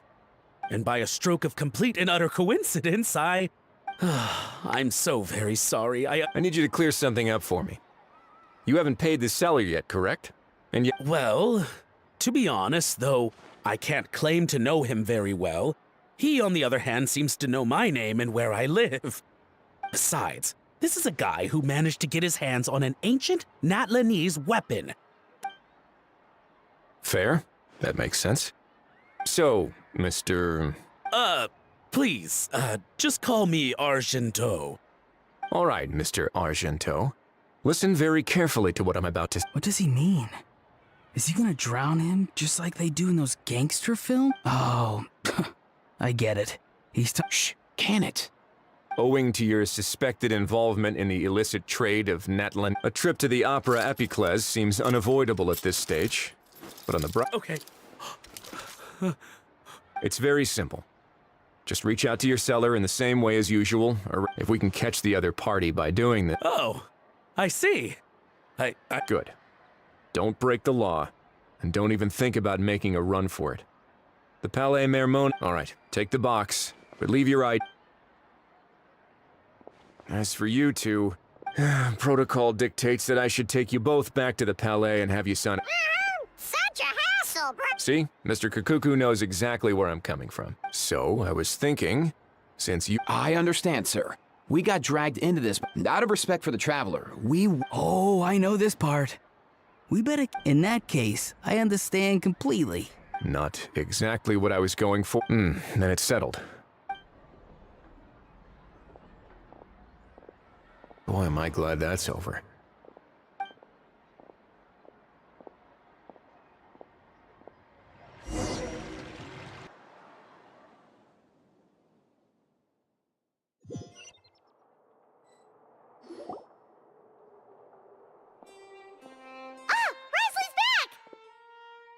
Judging by your expression, it must be good. It went smoothly on the...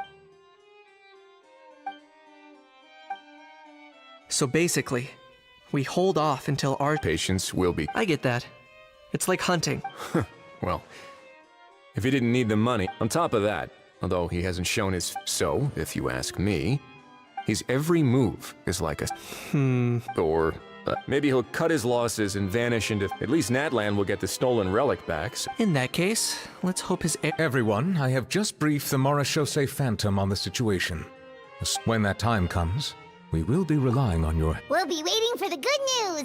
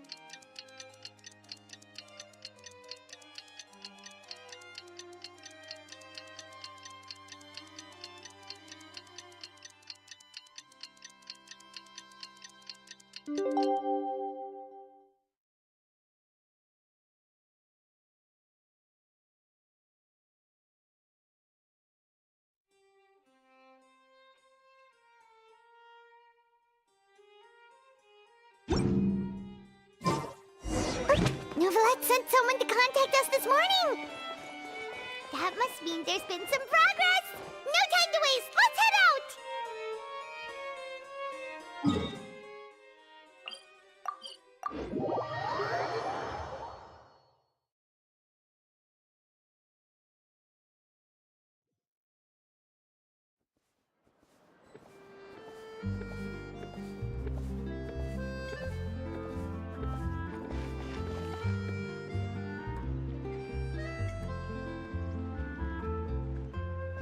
everyone!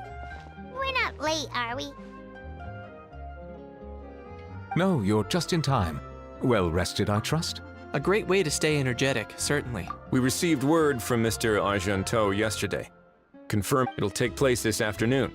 And it turns out it'll be somewhere we all know pretty well, too. The Film Fantasyland restaurant. Oh, really? Huh. He sure does like that place. Seems like you share our concerns, Traveler. Indeed.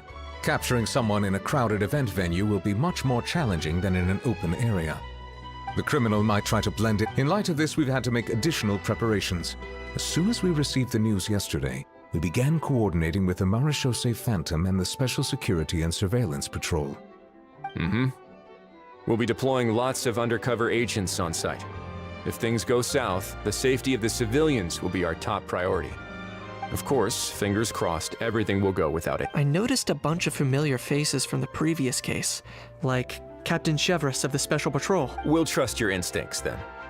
Oh, yeah, and by the way, we've also been in communication with Miss... The Spina di Rosula will provide support within a controlled scope. The only potential issue is with Miss Iskov.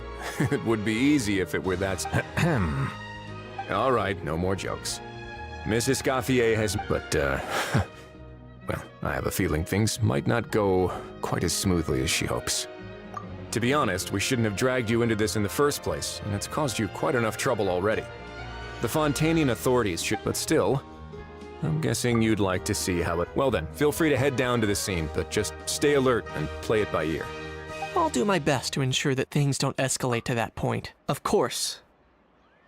There are still a lot of unanswered questions, but our intel so far indicates that the culprits... Plus, I'm already a witness in this case.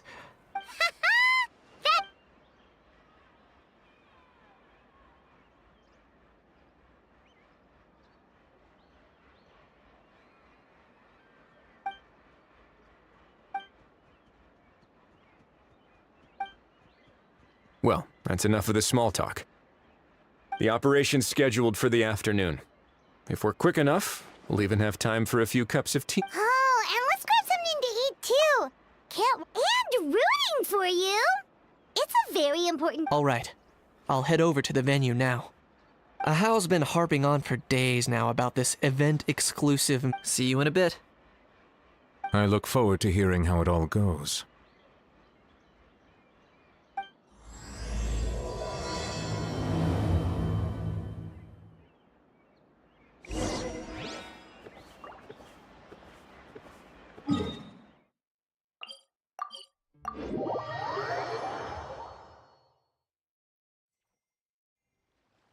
This beach seems to be getting livelier. Traveler, Paimon's getting...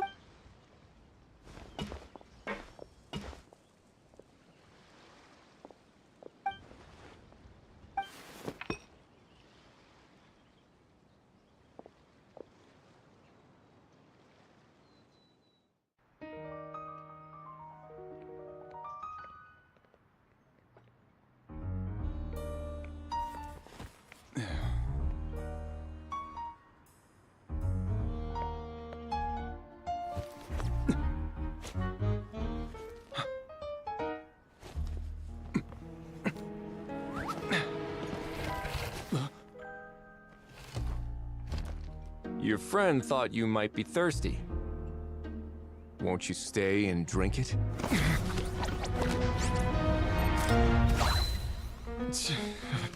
I tend to steer clear of drinks left out in the open.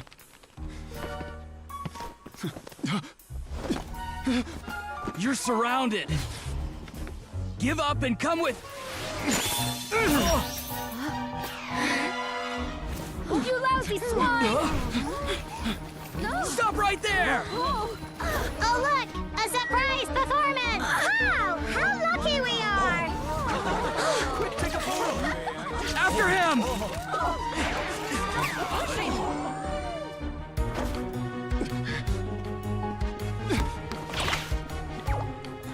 Sorry, my guy. Unlicensed and illegally docked. This boat's not going anywhere.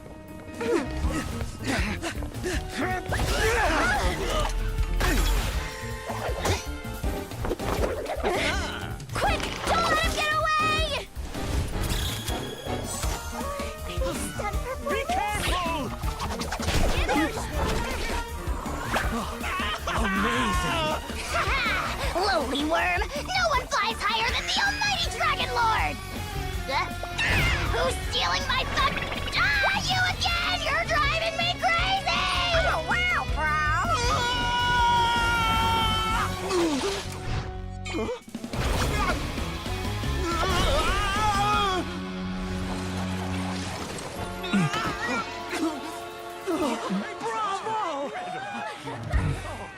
All right, that's a wrap.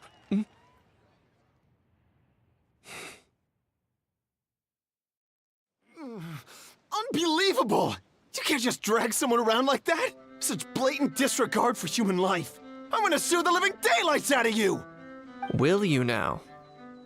I think I did you a favor by pulling you away from your audience. Saved you some face at the... As for whether you were facing up or down along the way... Why, you...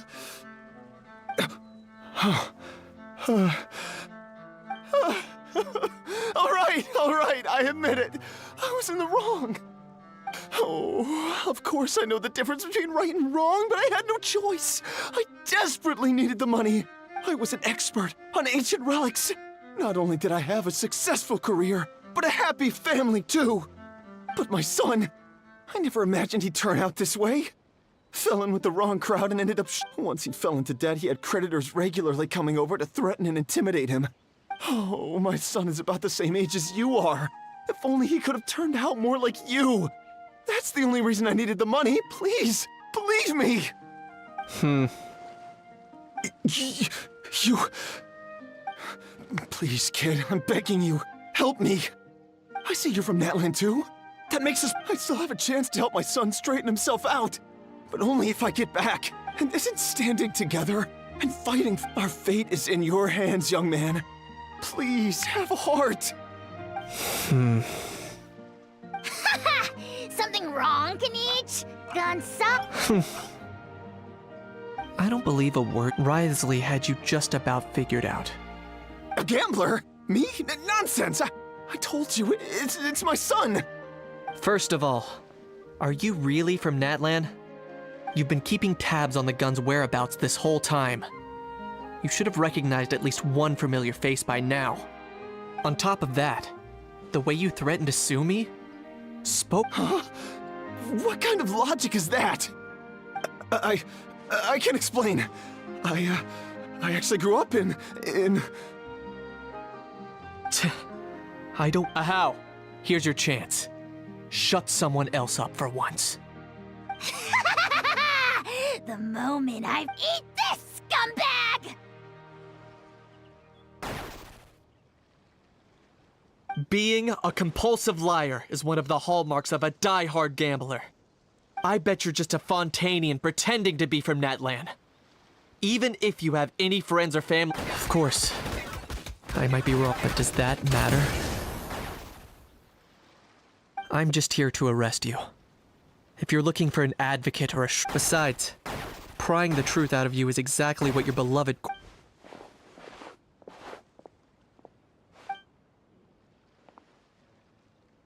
Many thanks.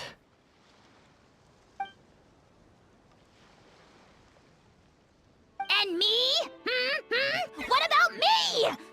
So rude.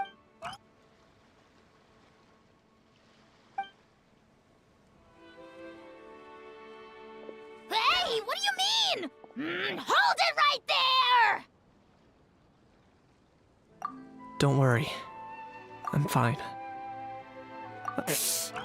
Little Kanich, thinking back to when you were just an itty-bitty boy, Kanich, aren't ya? Aw, don't start crying like a little baby. I am the almighty Dragon Lord! No servant of mine will be seen acting so weak and pathetic in public! What are you on about? Still, I suppose there's no point hiding it from you. To put it plainly, I can't stand gamblers. They're the most irresponsible people in the entire world. They'll tell 1,000 lies for a single coin. deluding themselves into thinking they can use it to gamble their way to a vast fortune. But we all know that even when it looks like you're getting something for free, in the past, I also ended up paying a price for my father's gambling losses. I don't want anyone else to end up in a similar situation if I can help it. Don't feel sorry for me. I certainly don't feel sorry for myself. They say that people are shaped by their past, and since I've made it, we should never punish ourselves for the mistakes of others. Instead, I choose to remember the moments that helped me grow. Like when I first learned to use a grappling hook, or the very first time I yearned for knowledge. Yeah, I believe you. Let's get going. If we don't head back soon, we'll cause more unnecessary worry.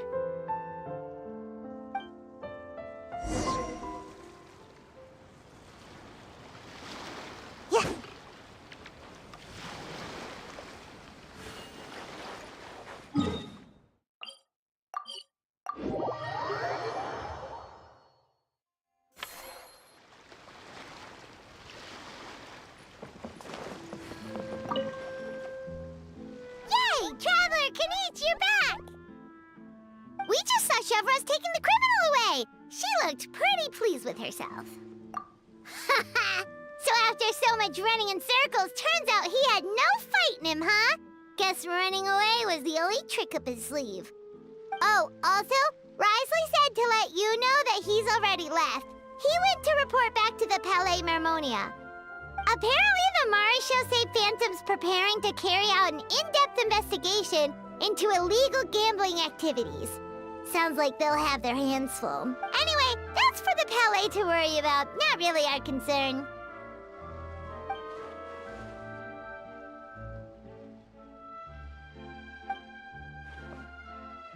Hey, it's not like you to give up so easily, Charlotte.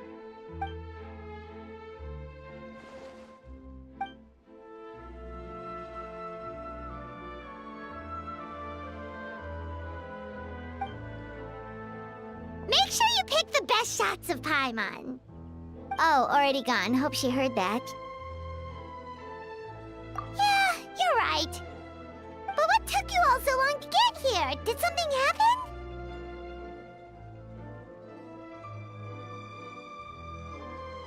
What? Rumors and slander! When have I, the almighty Dragon Lord, Kahulahau, ever sunk to such sniveling? Often, actually.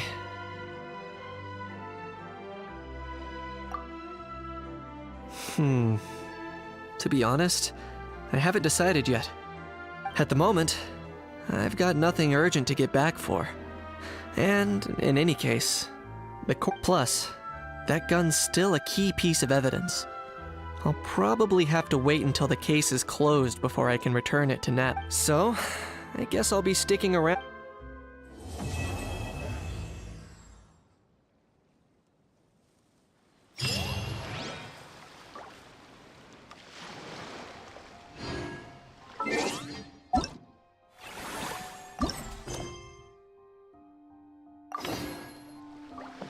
Make my escape.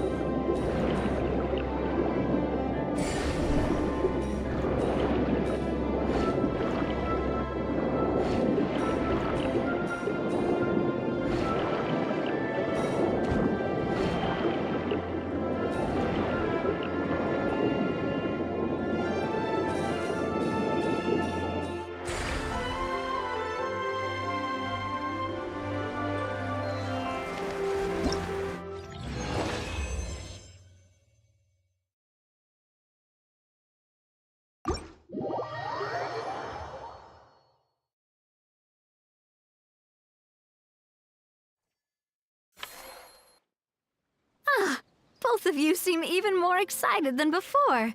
Looks like your first trial run didn't disappoint. Paimon hasn't actually watched that many films, but after trying it out, she might just be hooked! We should check out the film that it's based on! Great job, Paimon. That's exactly what our enthusiast friends were hoping you'd say. They'd be beyond delighted to hear that visitors are curious about the films that inspired these attractions. Some have even been willing to contribute extra funds out of their own pockets. Where budgets have allowed, of course. Out of their own pockets? That's right.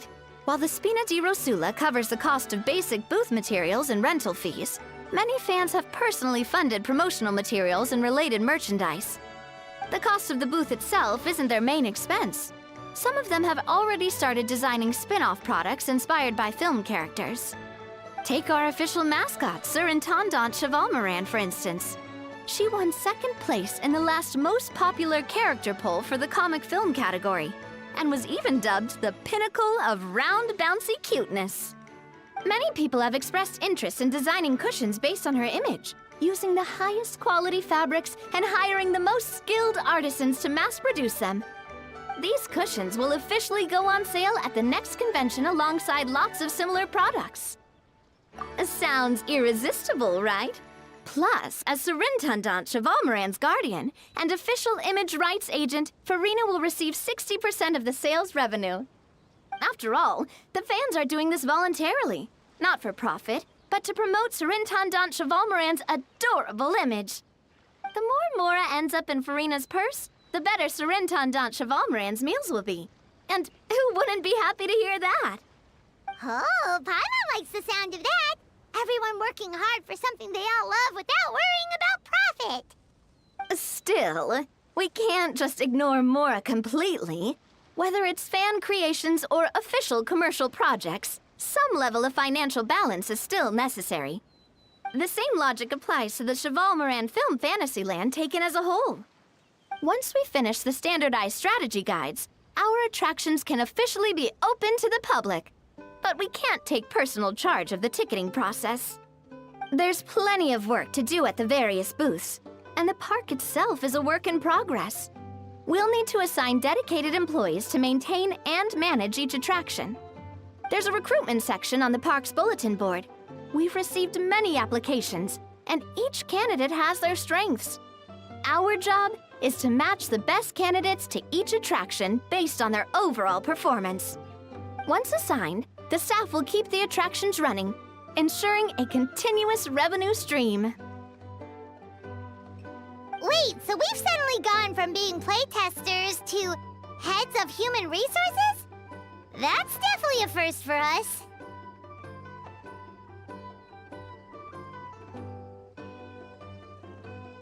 Just don't hold everyone up to your own standards, okay? You can't expect everyone else to be as capable as you. All right, time to review some resumes. Fingers crossed we'll get some exceptional candidates.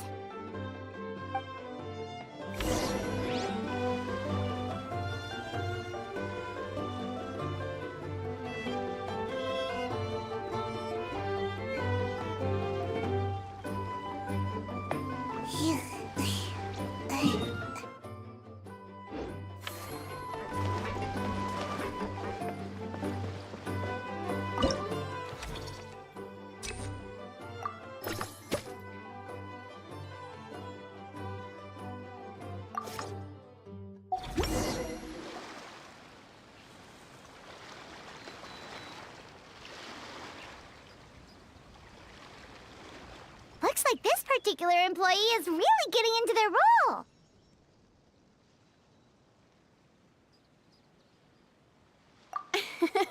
You're both doing great. You sound more like bosses than I do. In any case, with this, the Chevalmoran Film Fantasyland is now officially open. Running a theme park is a long-term project. You won't make much if you try and rush it.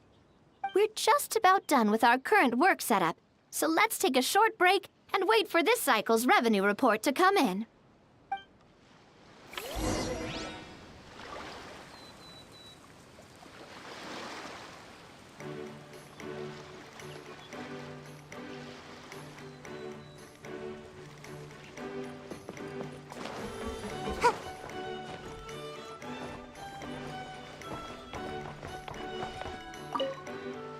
Well, this cycle of operation sure got us off to a good start. On to the next one.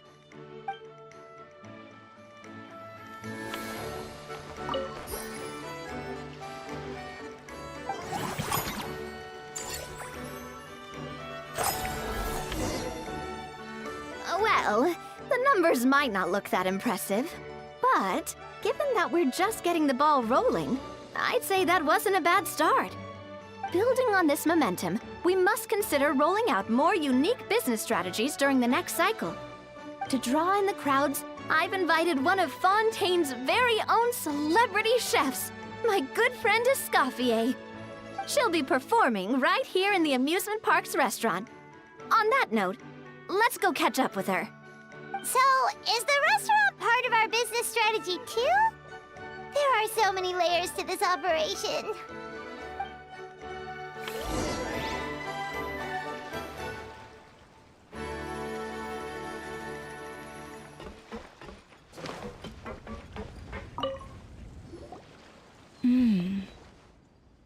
The restaurant is up to standard, and the waterside location will make for a unique dining experience. The beautiful scenic reflections in the water create a stunning backdrop, lifting diners' spirits and allowing them to truly savor their meals. Ingredients, check. Cooking utensils, check. Looks like we're ready to rumble. Hey there, Escoffier! Oh, my employers are here. The president of the Spina di Rasula, plus the famous traveler and Paimon. I must say, you seem a bit overqualified to be running a film-themed amusement park. I'd say that if anyone here was overqualified, it would be the former head chef of the Hotel de Boer. Wherever you walk, the aroma of fine cuisine follows in your wake. Let's get back to business. I'm guessing you want the traveler to help me decide the theme dish for each cycle, right? This is the business strategy I mentioned earlier. Using Escoffier's top-tier dishes to attract more visitors to the park. But this isn't just about attracting visitors. Her culinary masterpieces will surely have other surprising effects. Just imagine, Paimon, if all you needed was a single ticket to enjoy all the attractions and taste all the legendary food. Wouldn't you be tempted? Then Paimon come every single day!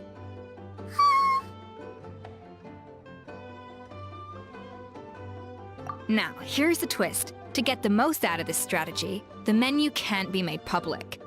Based on research by a certain food branding consultant, many restaurants have started offering a special chef surprise dish.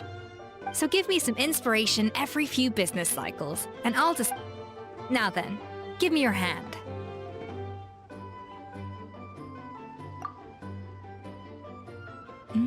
A warm and energetic feel. Your hands are calloused from wielding your sword, but still quite delicate. When you grasp its hilt, it's like you're holding the bow of a violin. A sword, then. The theme this time shall be strength. All right, let's find out what strength looks like in gastronomical form.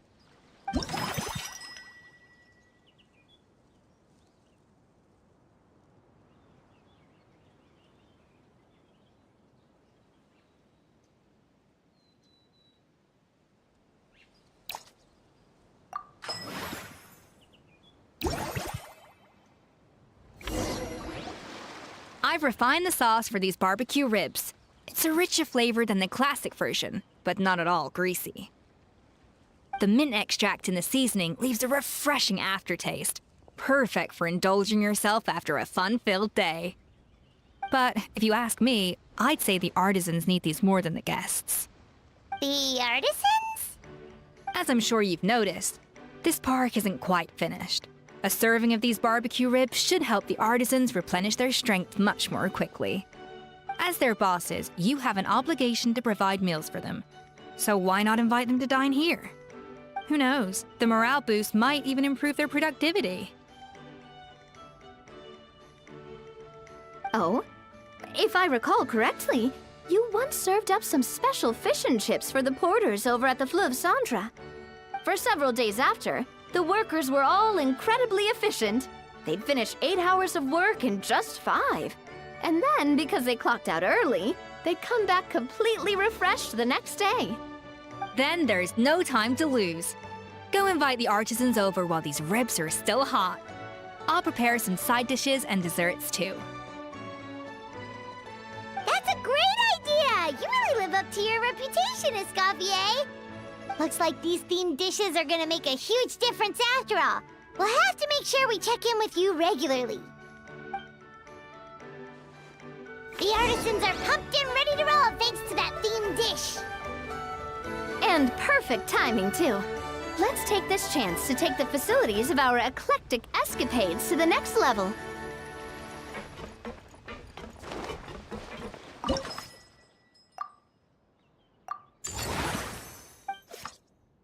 We should be able to attract more customers by upgrading the stall, don't you think? That's right. Based on my business experience with the Spina di Rosula, I've quantified the service value to help you intuitively understand how satisfied customers are with each stall. When that happens, we can deploy more capable employees.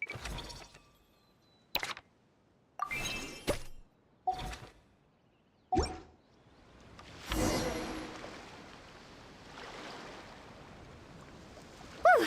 That should be everything. Looks like you've pretty much mastered how to run this park. Huh? Have we really? Thinking about it, we have learned quite a lot, haven't we?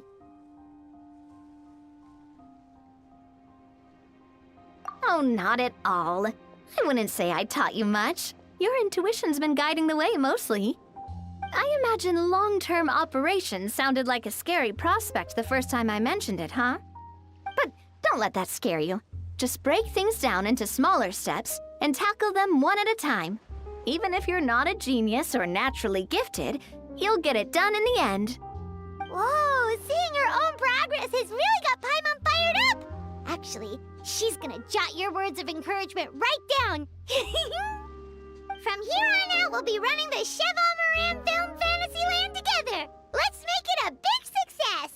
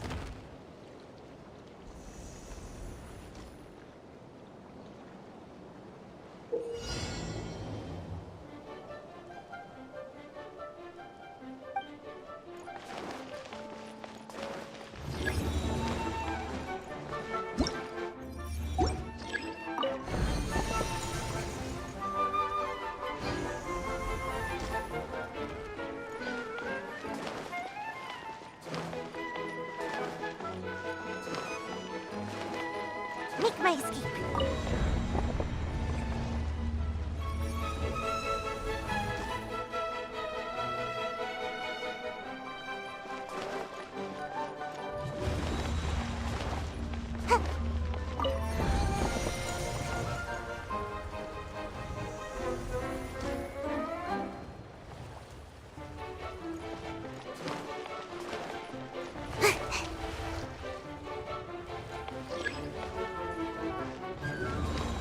Make my escape.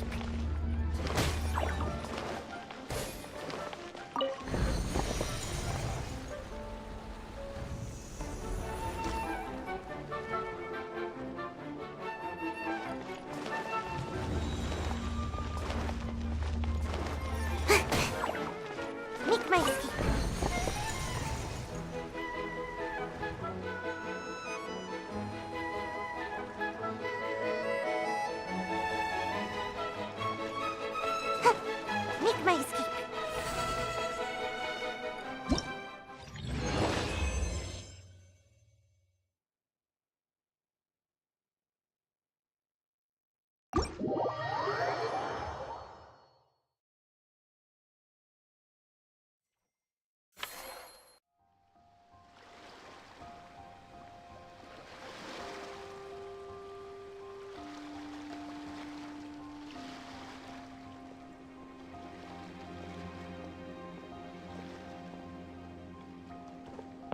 Phew.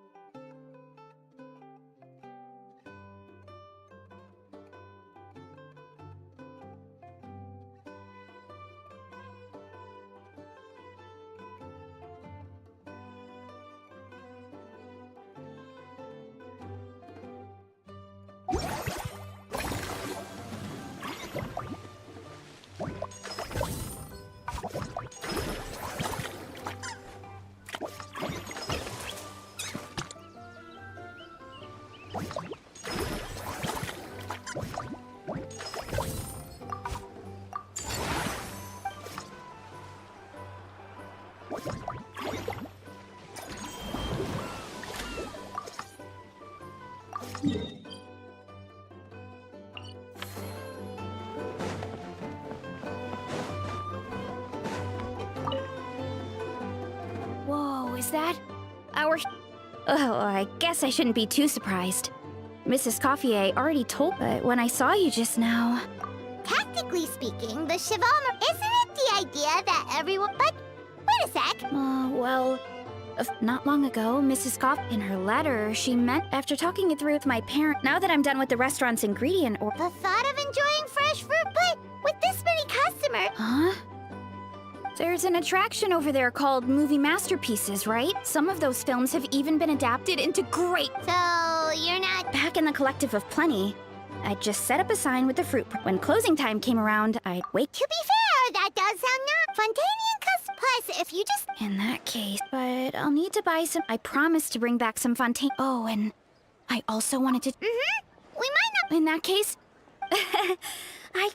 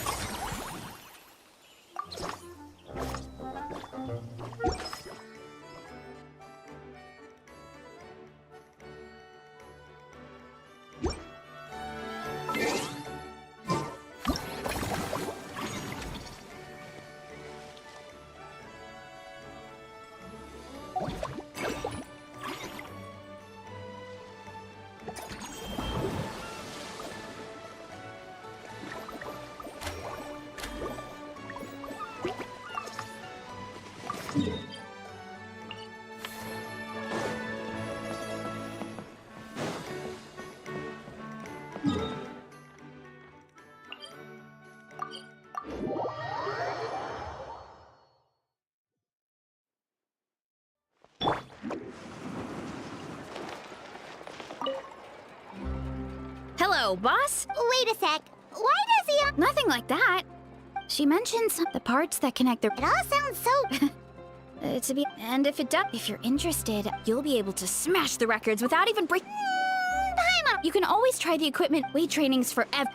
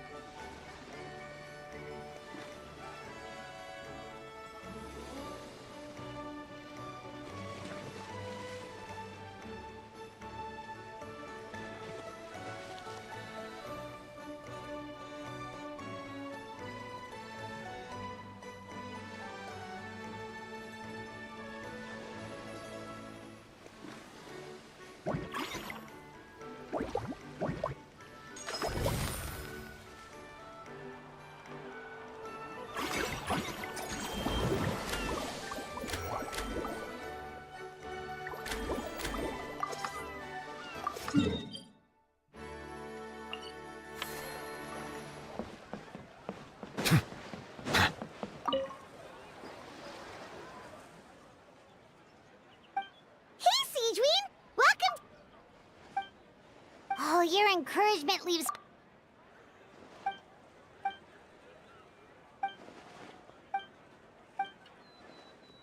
But now we have our very own... Oh, you mean we could invite C? Now that you mention it, that sounds like a great idea! Yeah, like, so the workload won't be...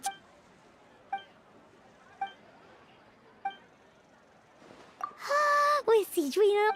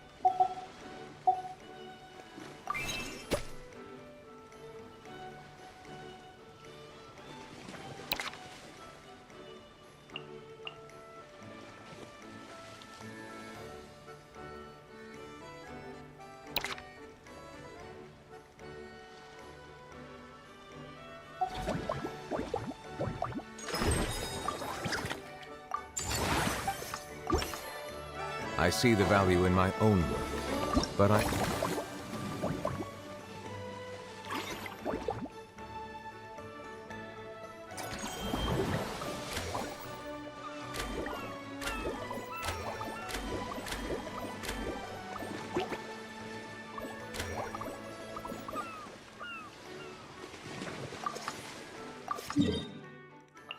also see the meaning in all the endeavors of the people of Fontaine.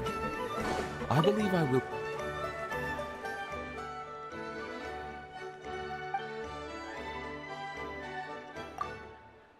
Us? Wait!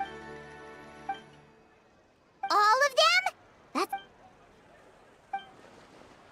Paimon had no idea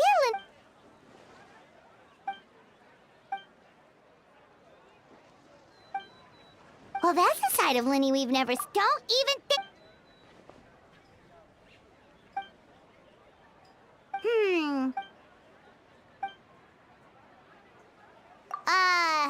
Still, if you're...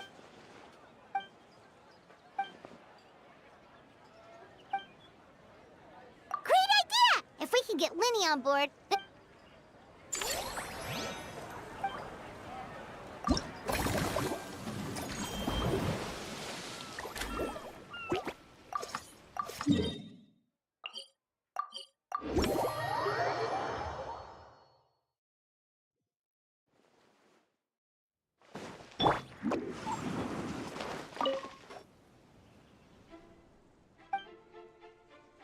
Forget health issues.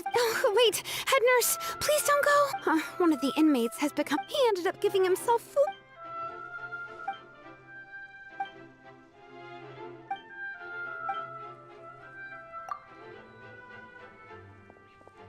Sejuani sure has it tough. Not only does she have to... Why don't we prepare something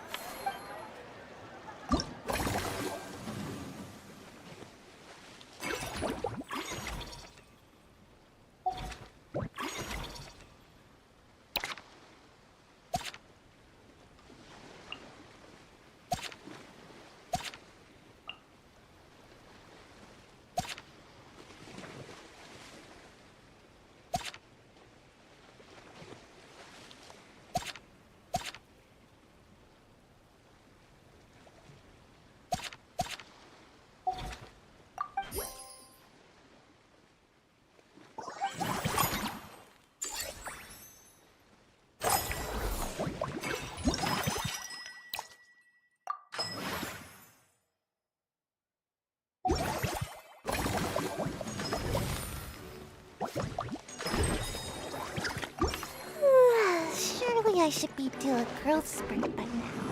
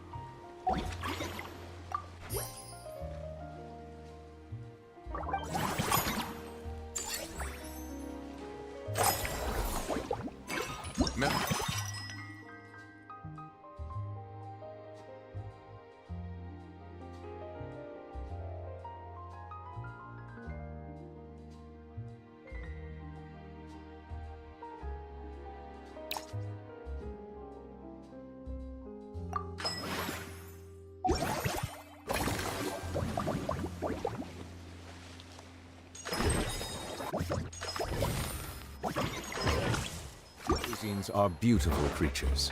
They are the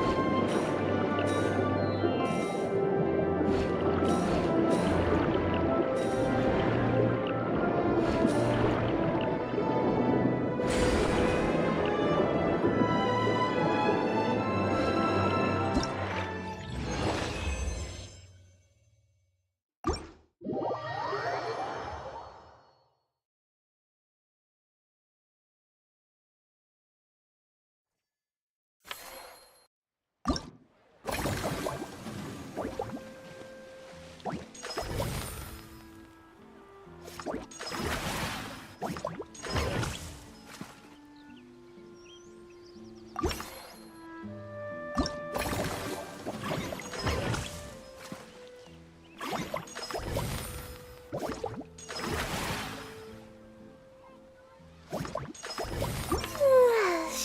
I should be due a growth spurt by now.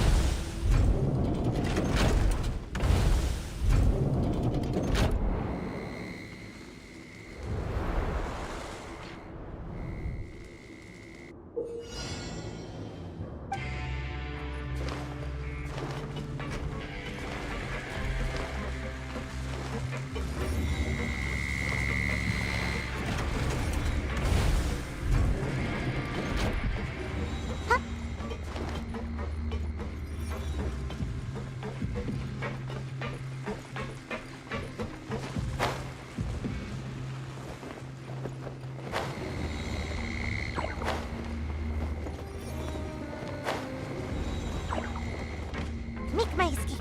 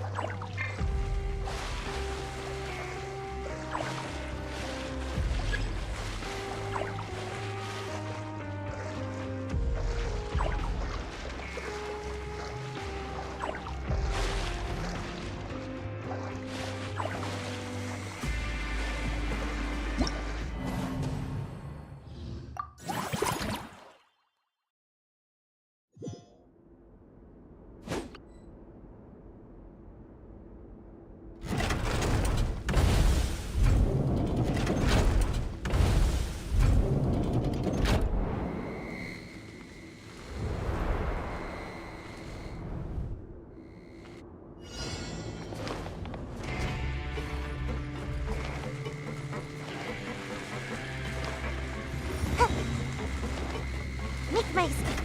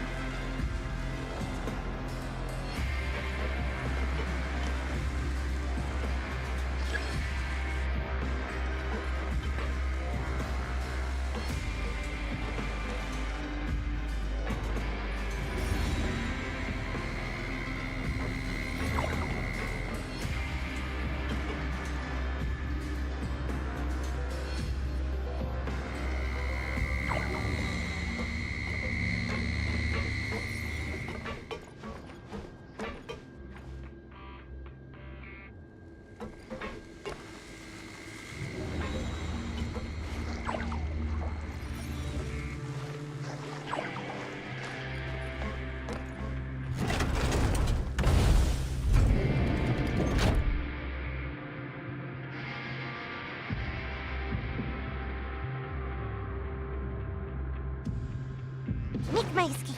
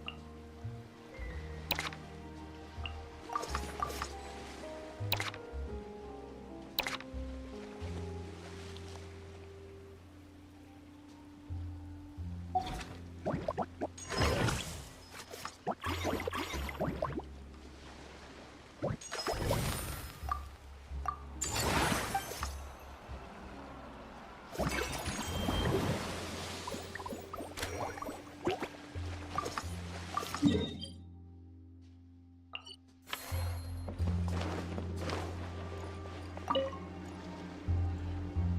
right, time to show off how fast I can run. I'm gonna go have a blast. That's right. Last thing you'd want. Funnily enough, Paimon can... No need to worry about me, guys.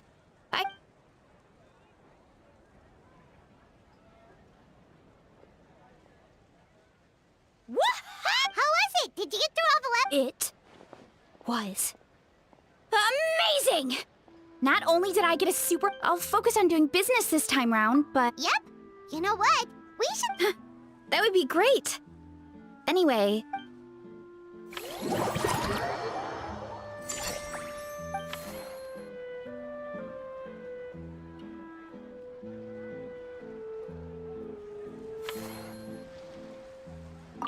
Seeing how happy would you like some fruit?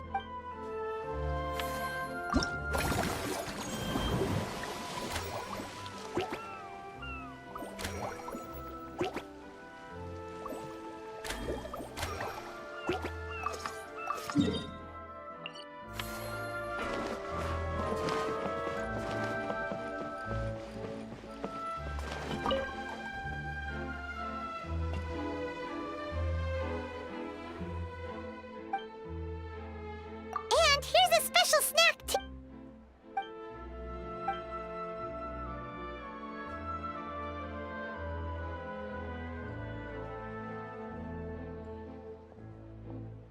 Is it because they aren't paying any attention?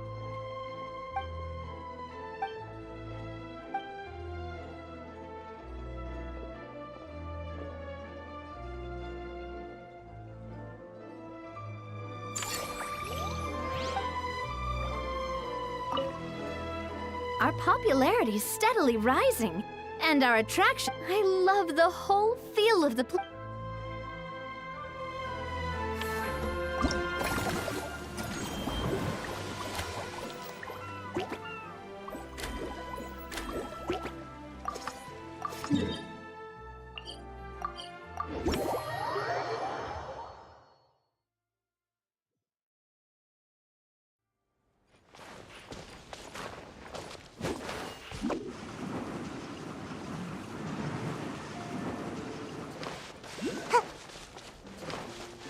Make my escape.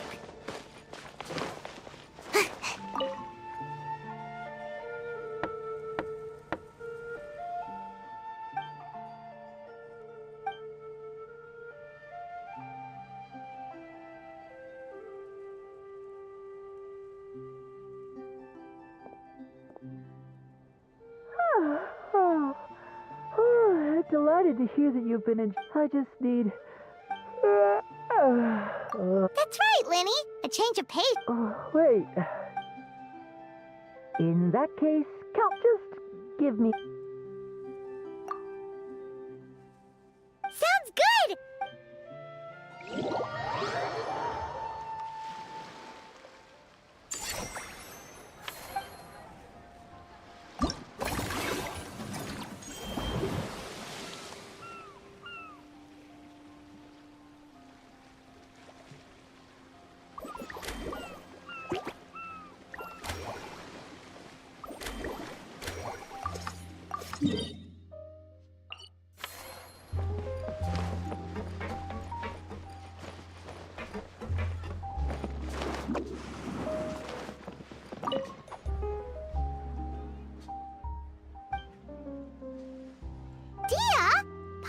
Expect to see you here.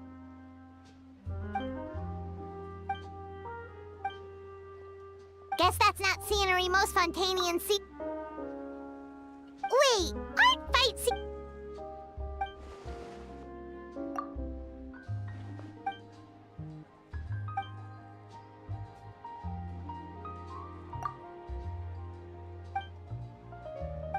you sure that's...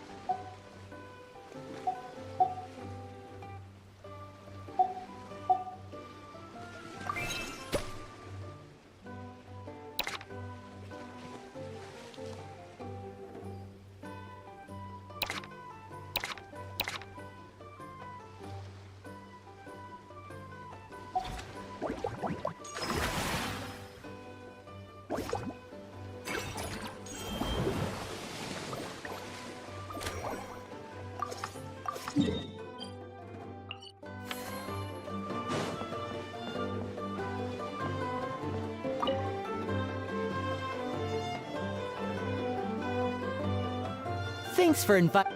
I must say, I feel like seems like Lynette Oh, and did you see those weird mushrooms? That might not be possible. Are you sure about that?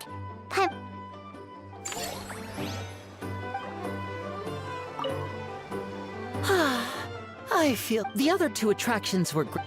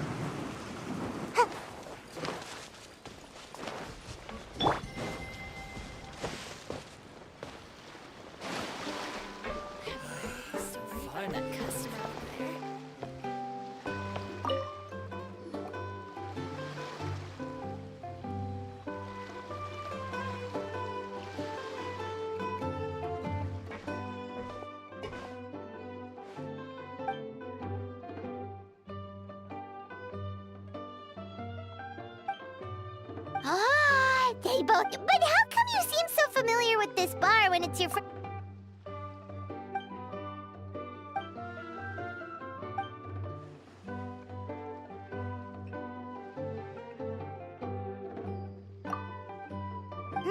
Where do we begin?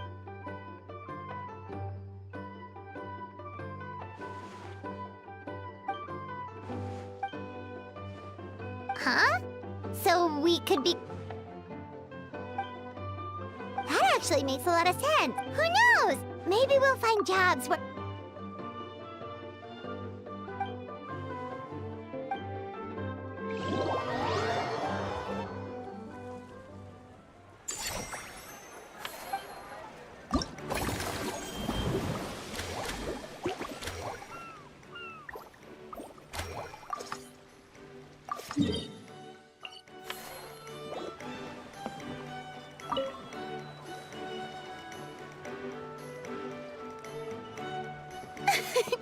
Why, hello there, traveler. Paimon.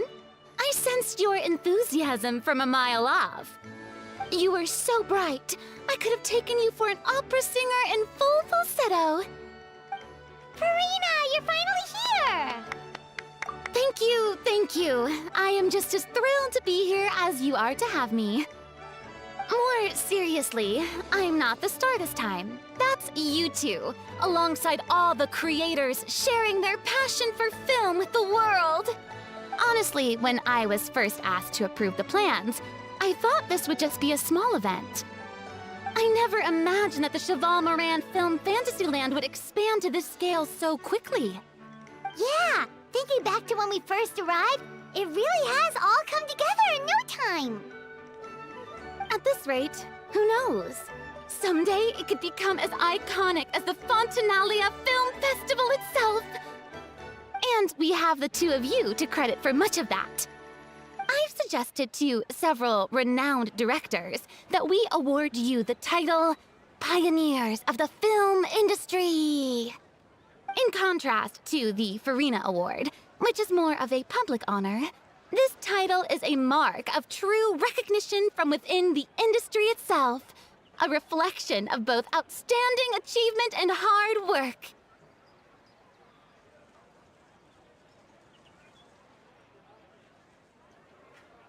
Wow, even you're getting serious now. Come now, no need for any of that. Just relax and enjoy the moment. Speaking of which, I've actually been preparing a little survey. How about we randomly select some visitors to give us feedback about the park? Did Paimon hear that right? Farina carrying out a customer satisfaction survey? Well, given that it bears the name of my dear friend Surintendant Cheval Moran, isn't it only natural that I conduct a bit of research on her behalf? Besides, The more famous a star becomes, the more important it is to stay in touch with reality, no? Plus, it's amazing how much you learn just by listening to other people's take on films. Paimon always assumed celebrities just get their assistants to handle everything for them. But it sounds like it's actually pretty hard work. Then again, maybe Farina's just an outlier.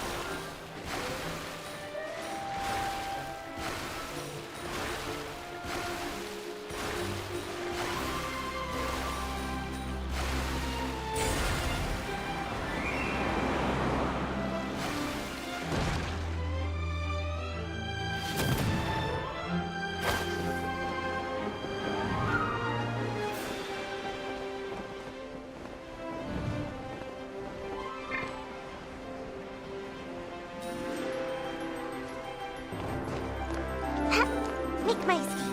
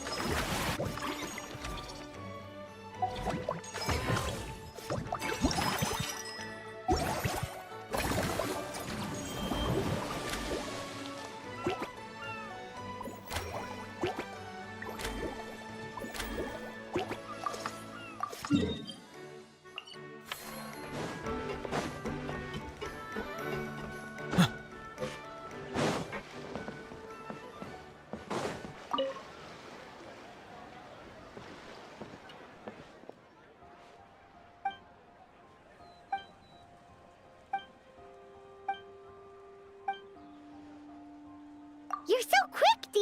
Everyone agreed just like that! Hooah! Watch out, world! There's a couple of new mercs on the scene! It's a deal!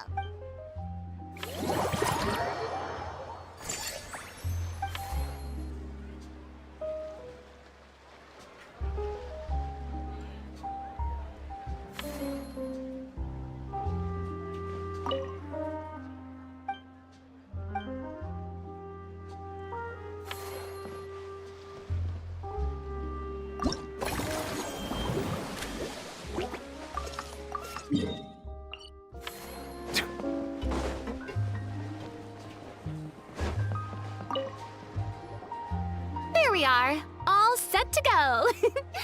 Now, let's take a stroll nearby and randomly pick out some visitors to ask a few key questions.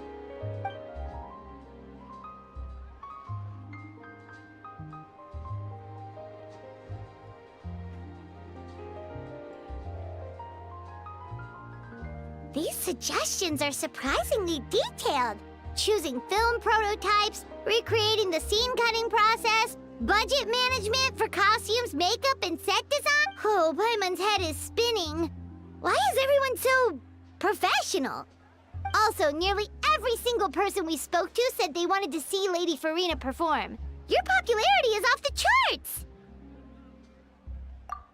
To tell you the truth, I've no plans to perform this time around. Any star worth their salt knows their role. When I take center stage, all the spotlights are on me, and rightly so.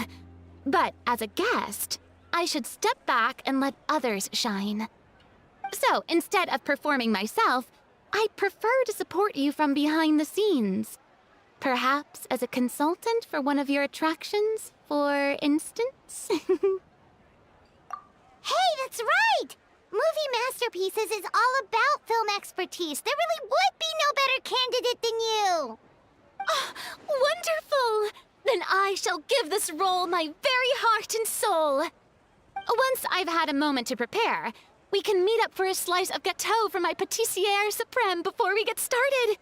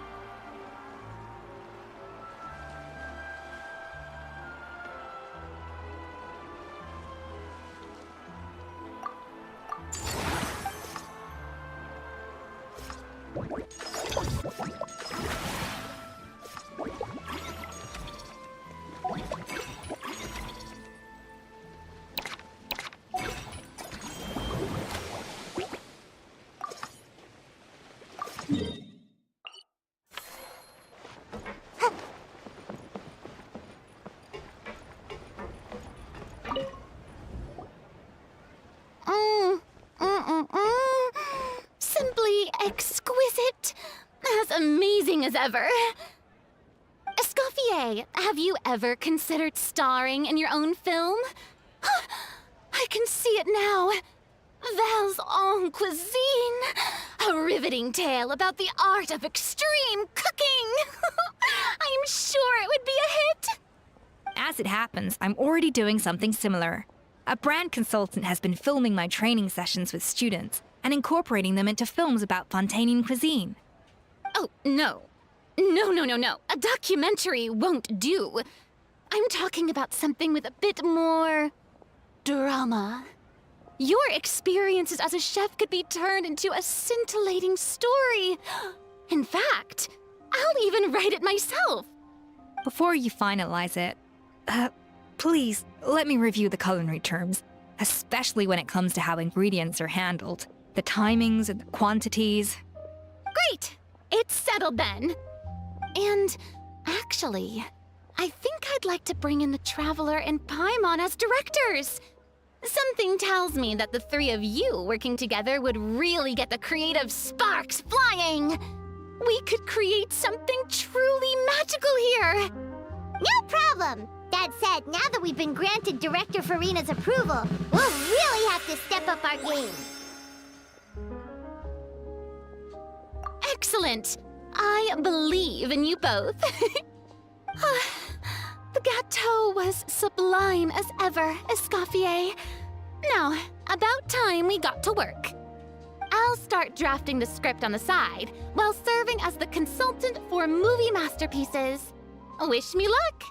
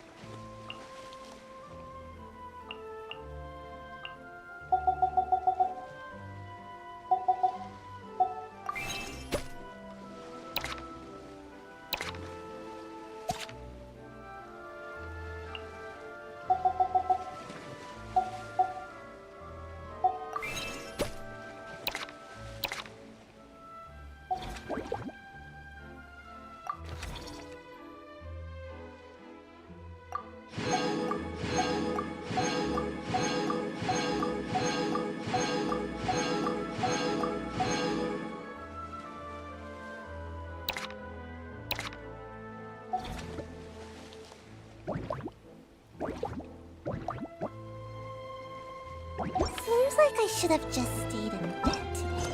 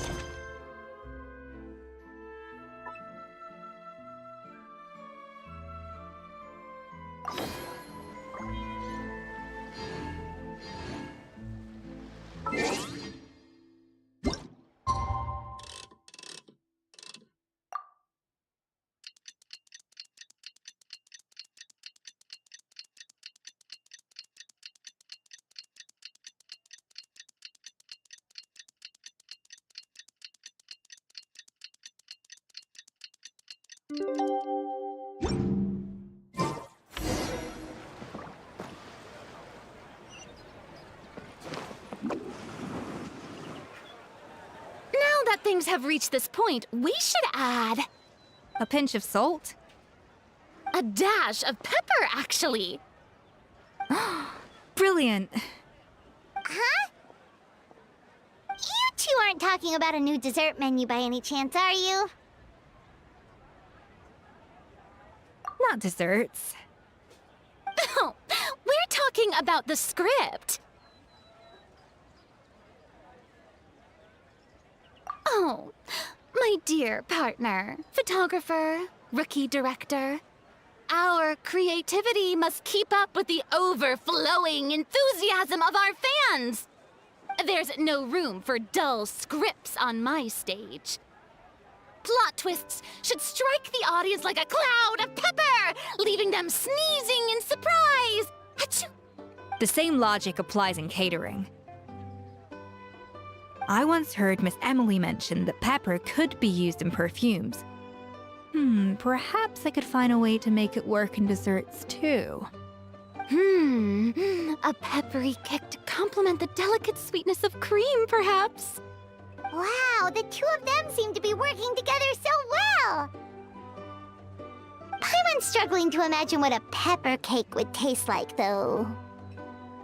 Well, well, what do we have here? Escoffier's making a new cake?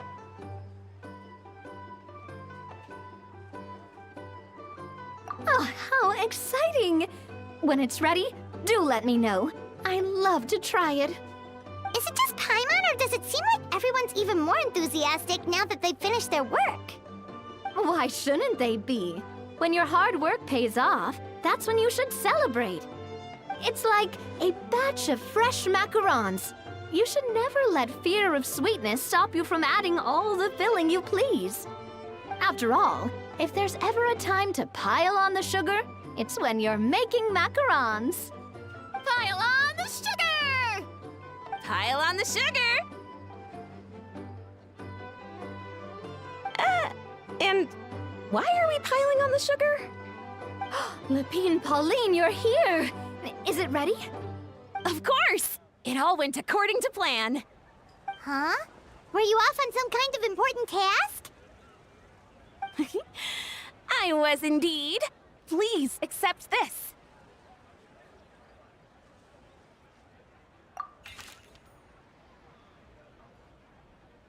Oh, wow! It's a panoramic view of the amusement park with everyone's illustrations on it!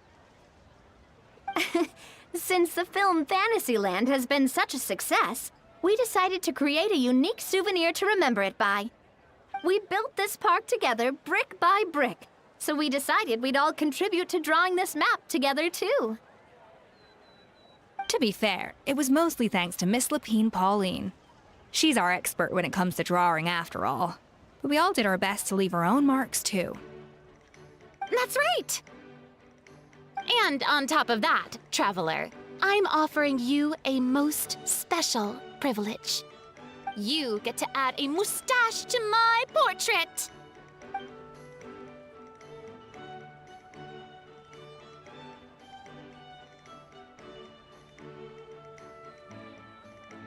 Cream flavored, huh?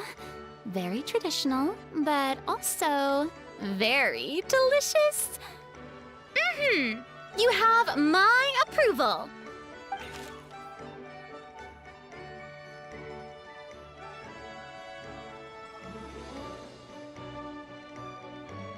All right then.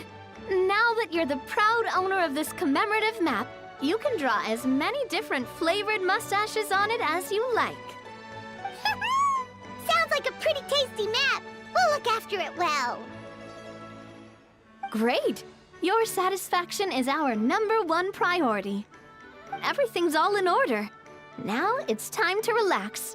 Forget about work and just enjoy the park.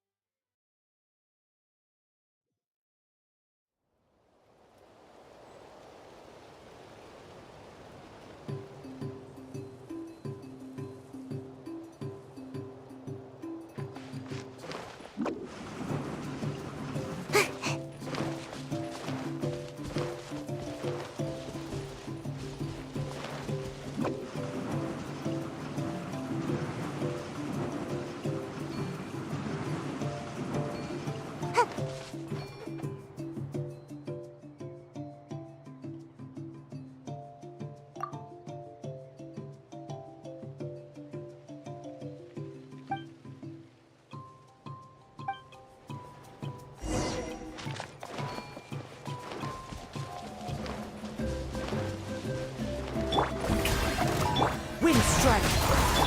Settle down! Ha!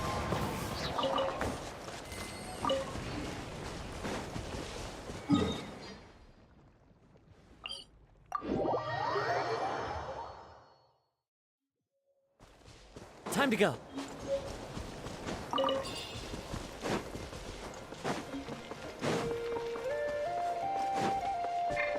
Wind Strider.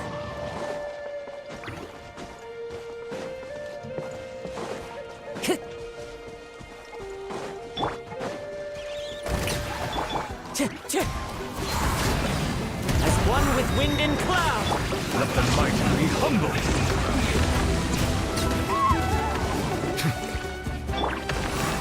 One with nature.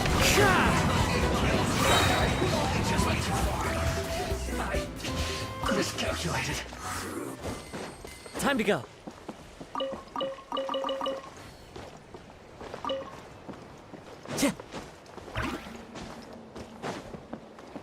Time to go.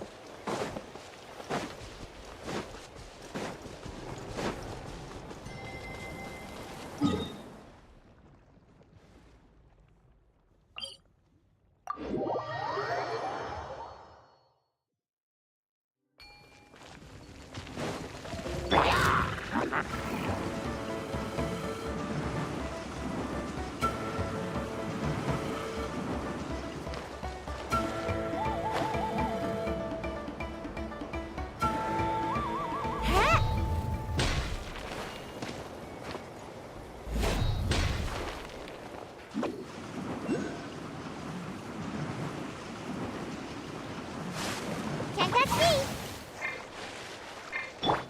Shower me with praise!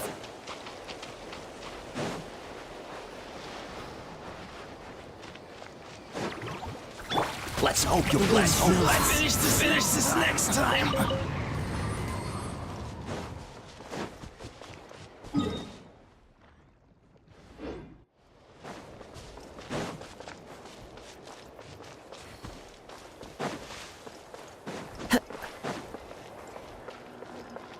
One with nature.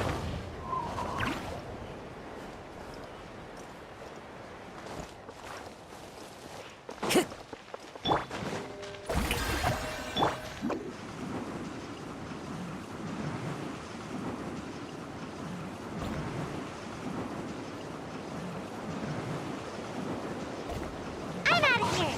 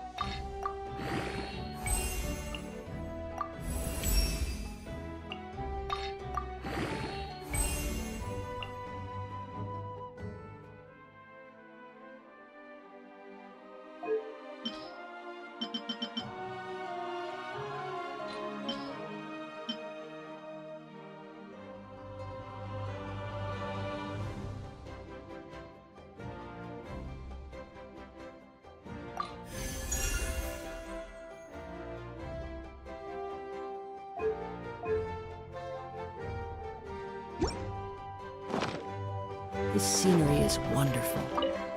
Surely...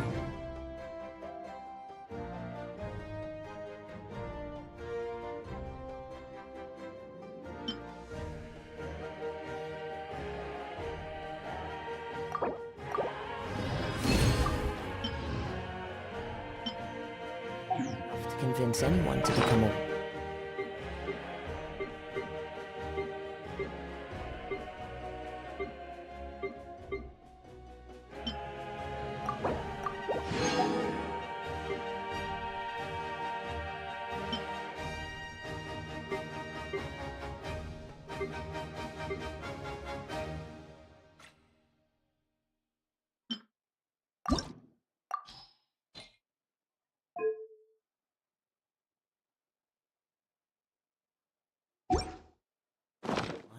What?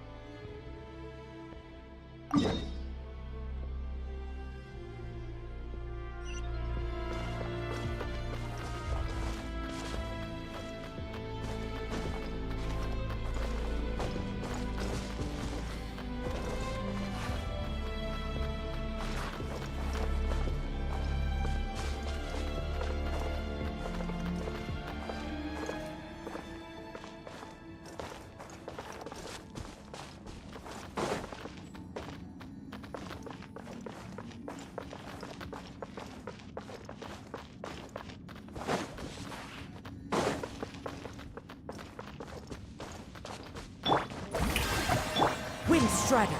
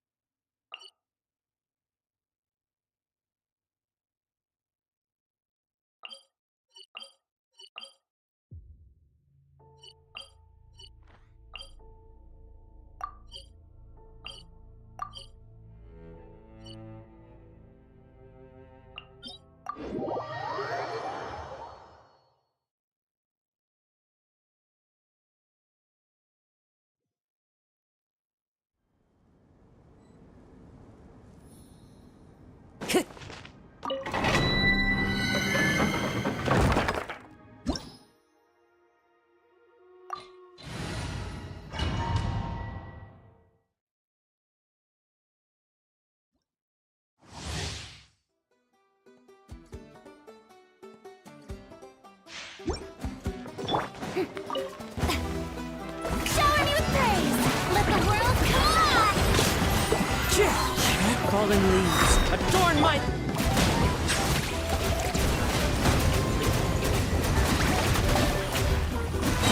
The tides beckon.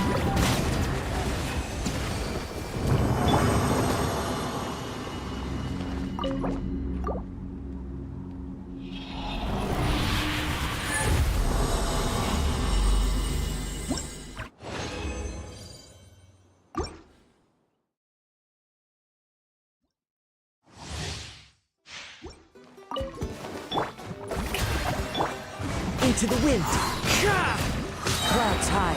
The birds come. Settle down. Let my name echo in song! Silence. Be sanctified.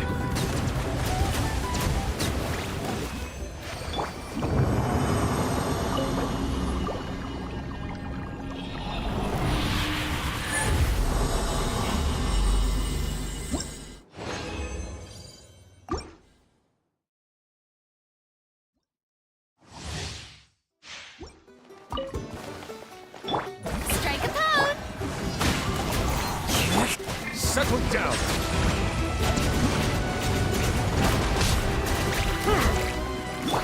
Time to shine! Let the mighty be humbled.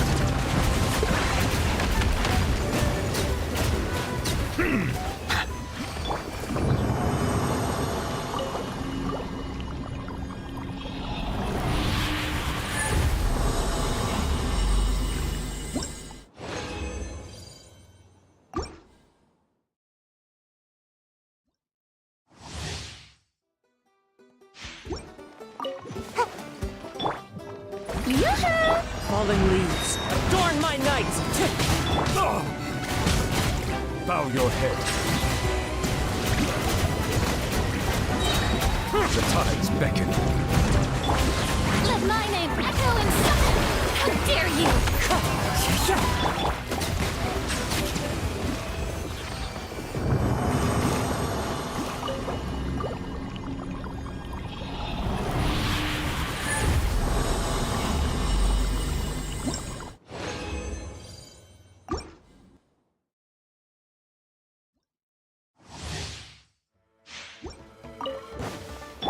Shower me with praise! One with nature. Justice is blindsided. Be sanctified. An oversight on my part. As one with wind and cloud. Bow your head.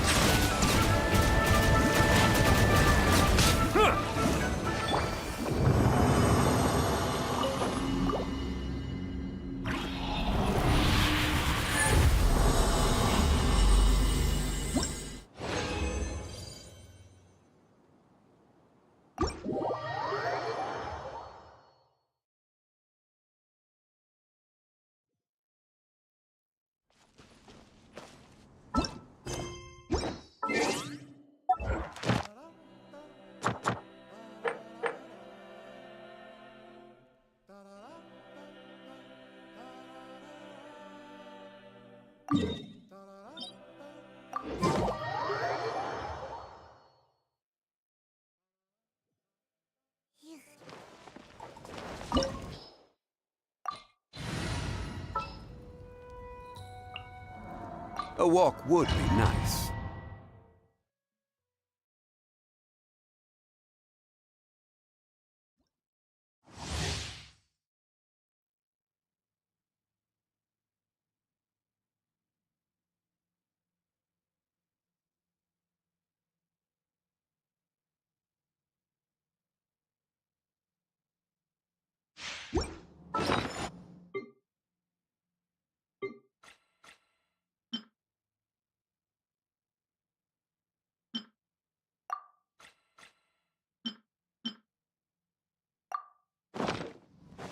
I pray you will find peace in death! Gather!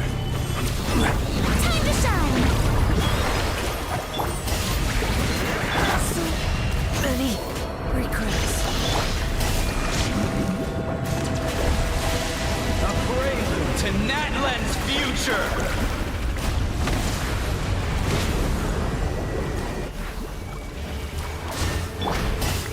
Stabilize!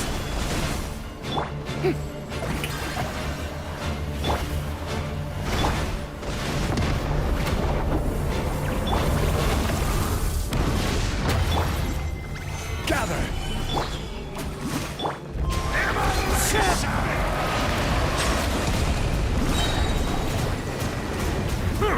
Be sanctified. This world shall perish, and its ashes will fall Let like the world rain! fly!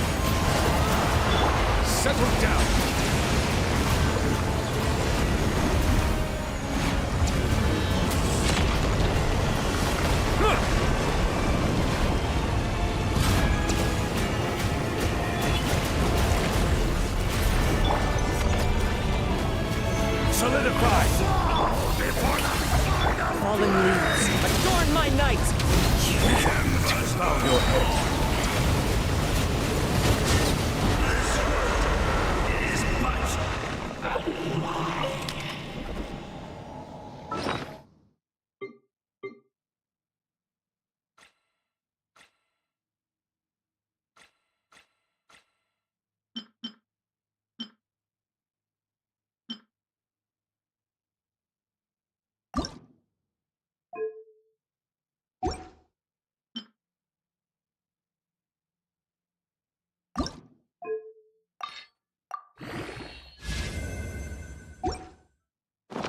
Water comes in many flavors.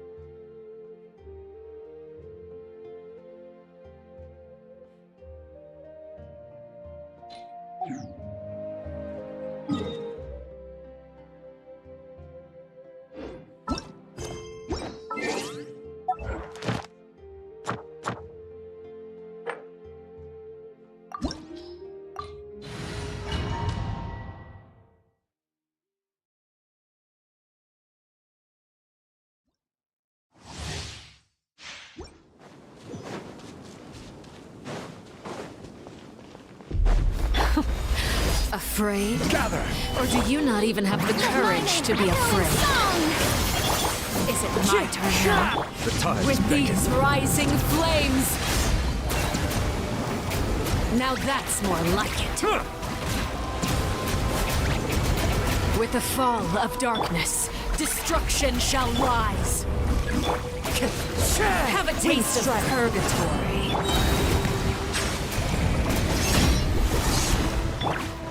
Clouds high, the birds call. Spare your energy. Running is obliterated. Yoo-hoo! Time to shine! Not bad. You've proven to be a worthy opponent after all. Let the mighty lead.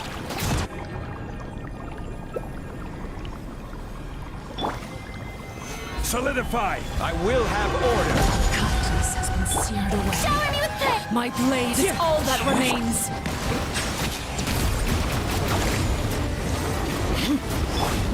Let my name echo in song! As one with wind and cloud. Sometime is only the beginning.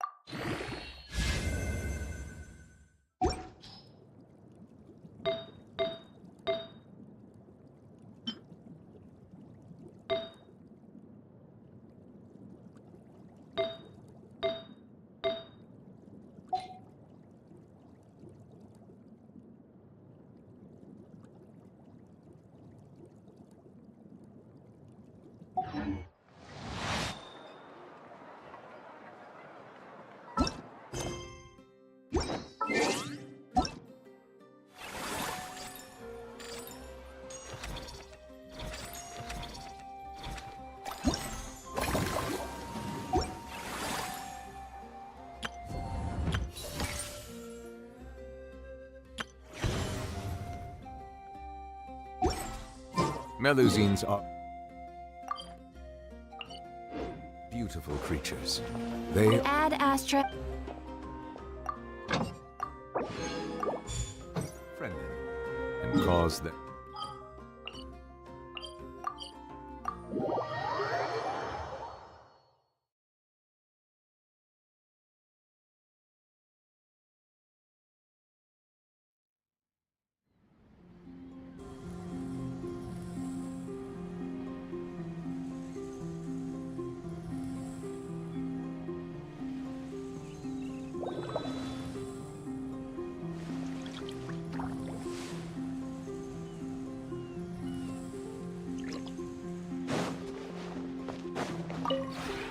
This realm.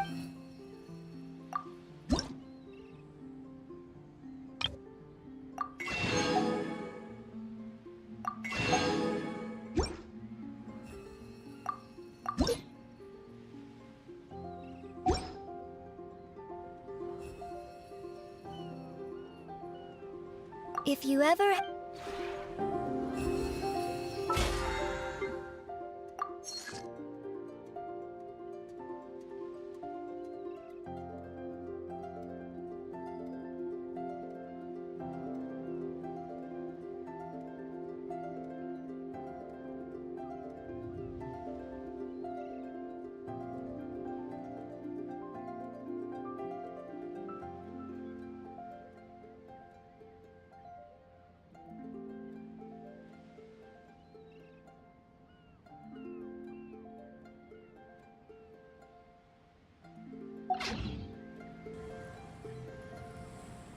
I see the value in my own work, but I also see the meaning in all the endeavors of the people of Fontaine.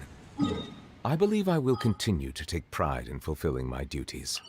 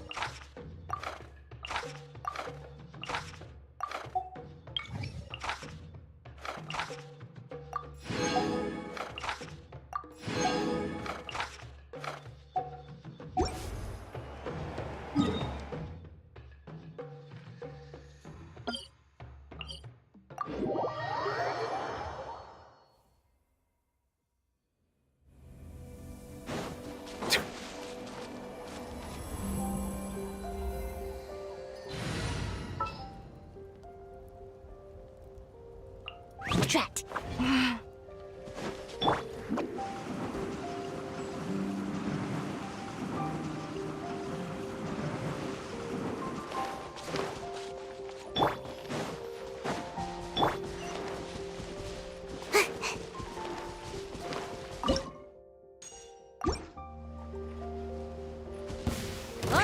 Let's finish this back.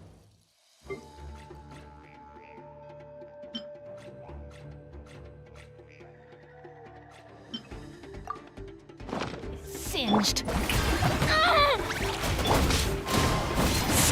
Silence! That was quick. Be sanctified.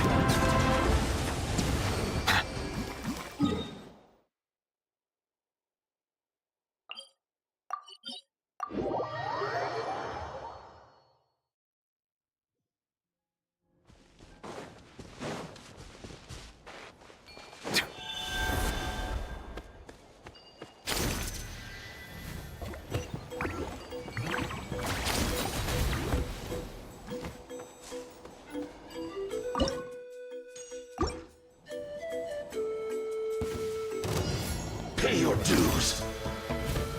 Let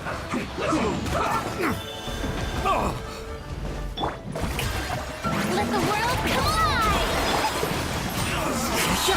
Looks like I went too far. Let the mighty be humble.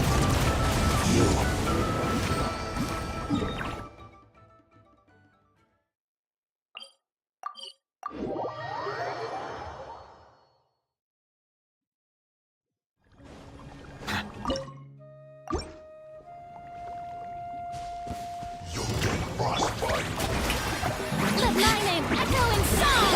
All of you, adorn my night! Where are you? Looks like I went too far.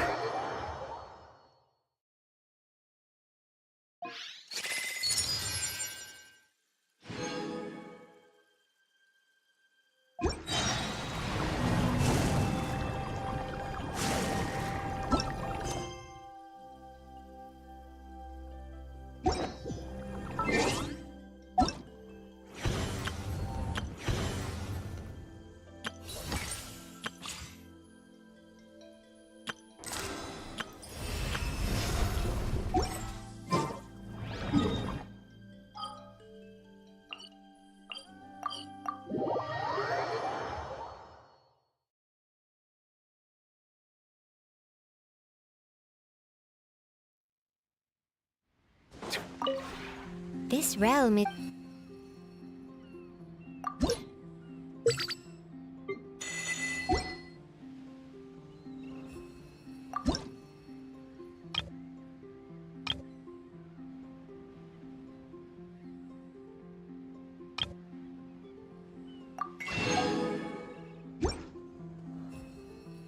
If you ever...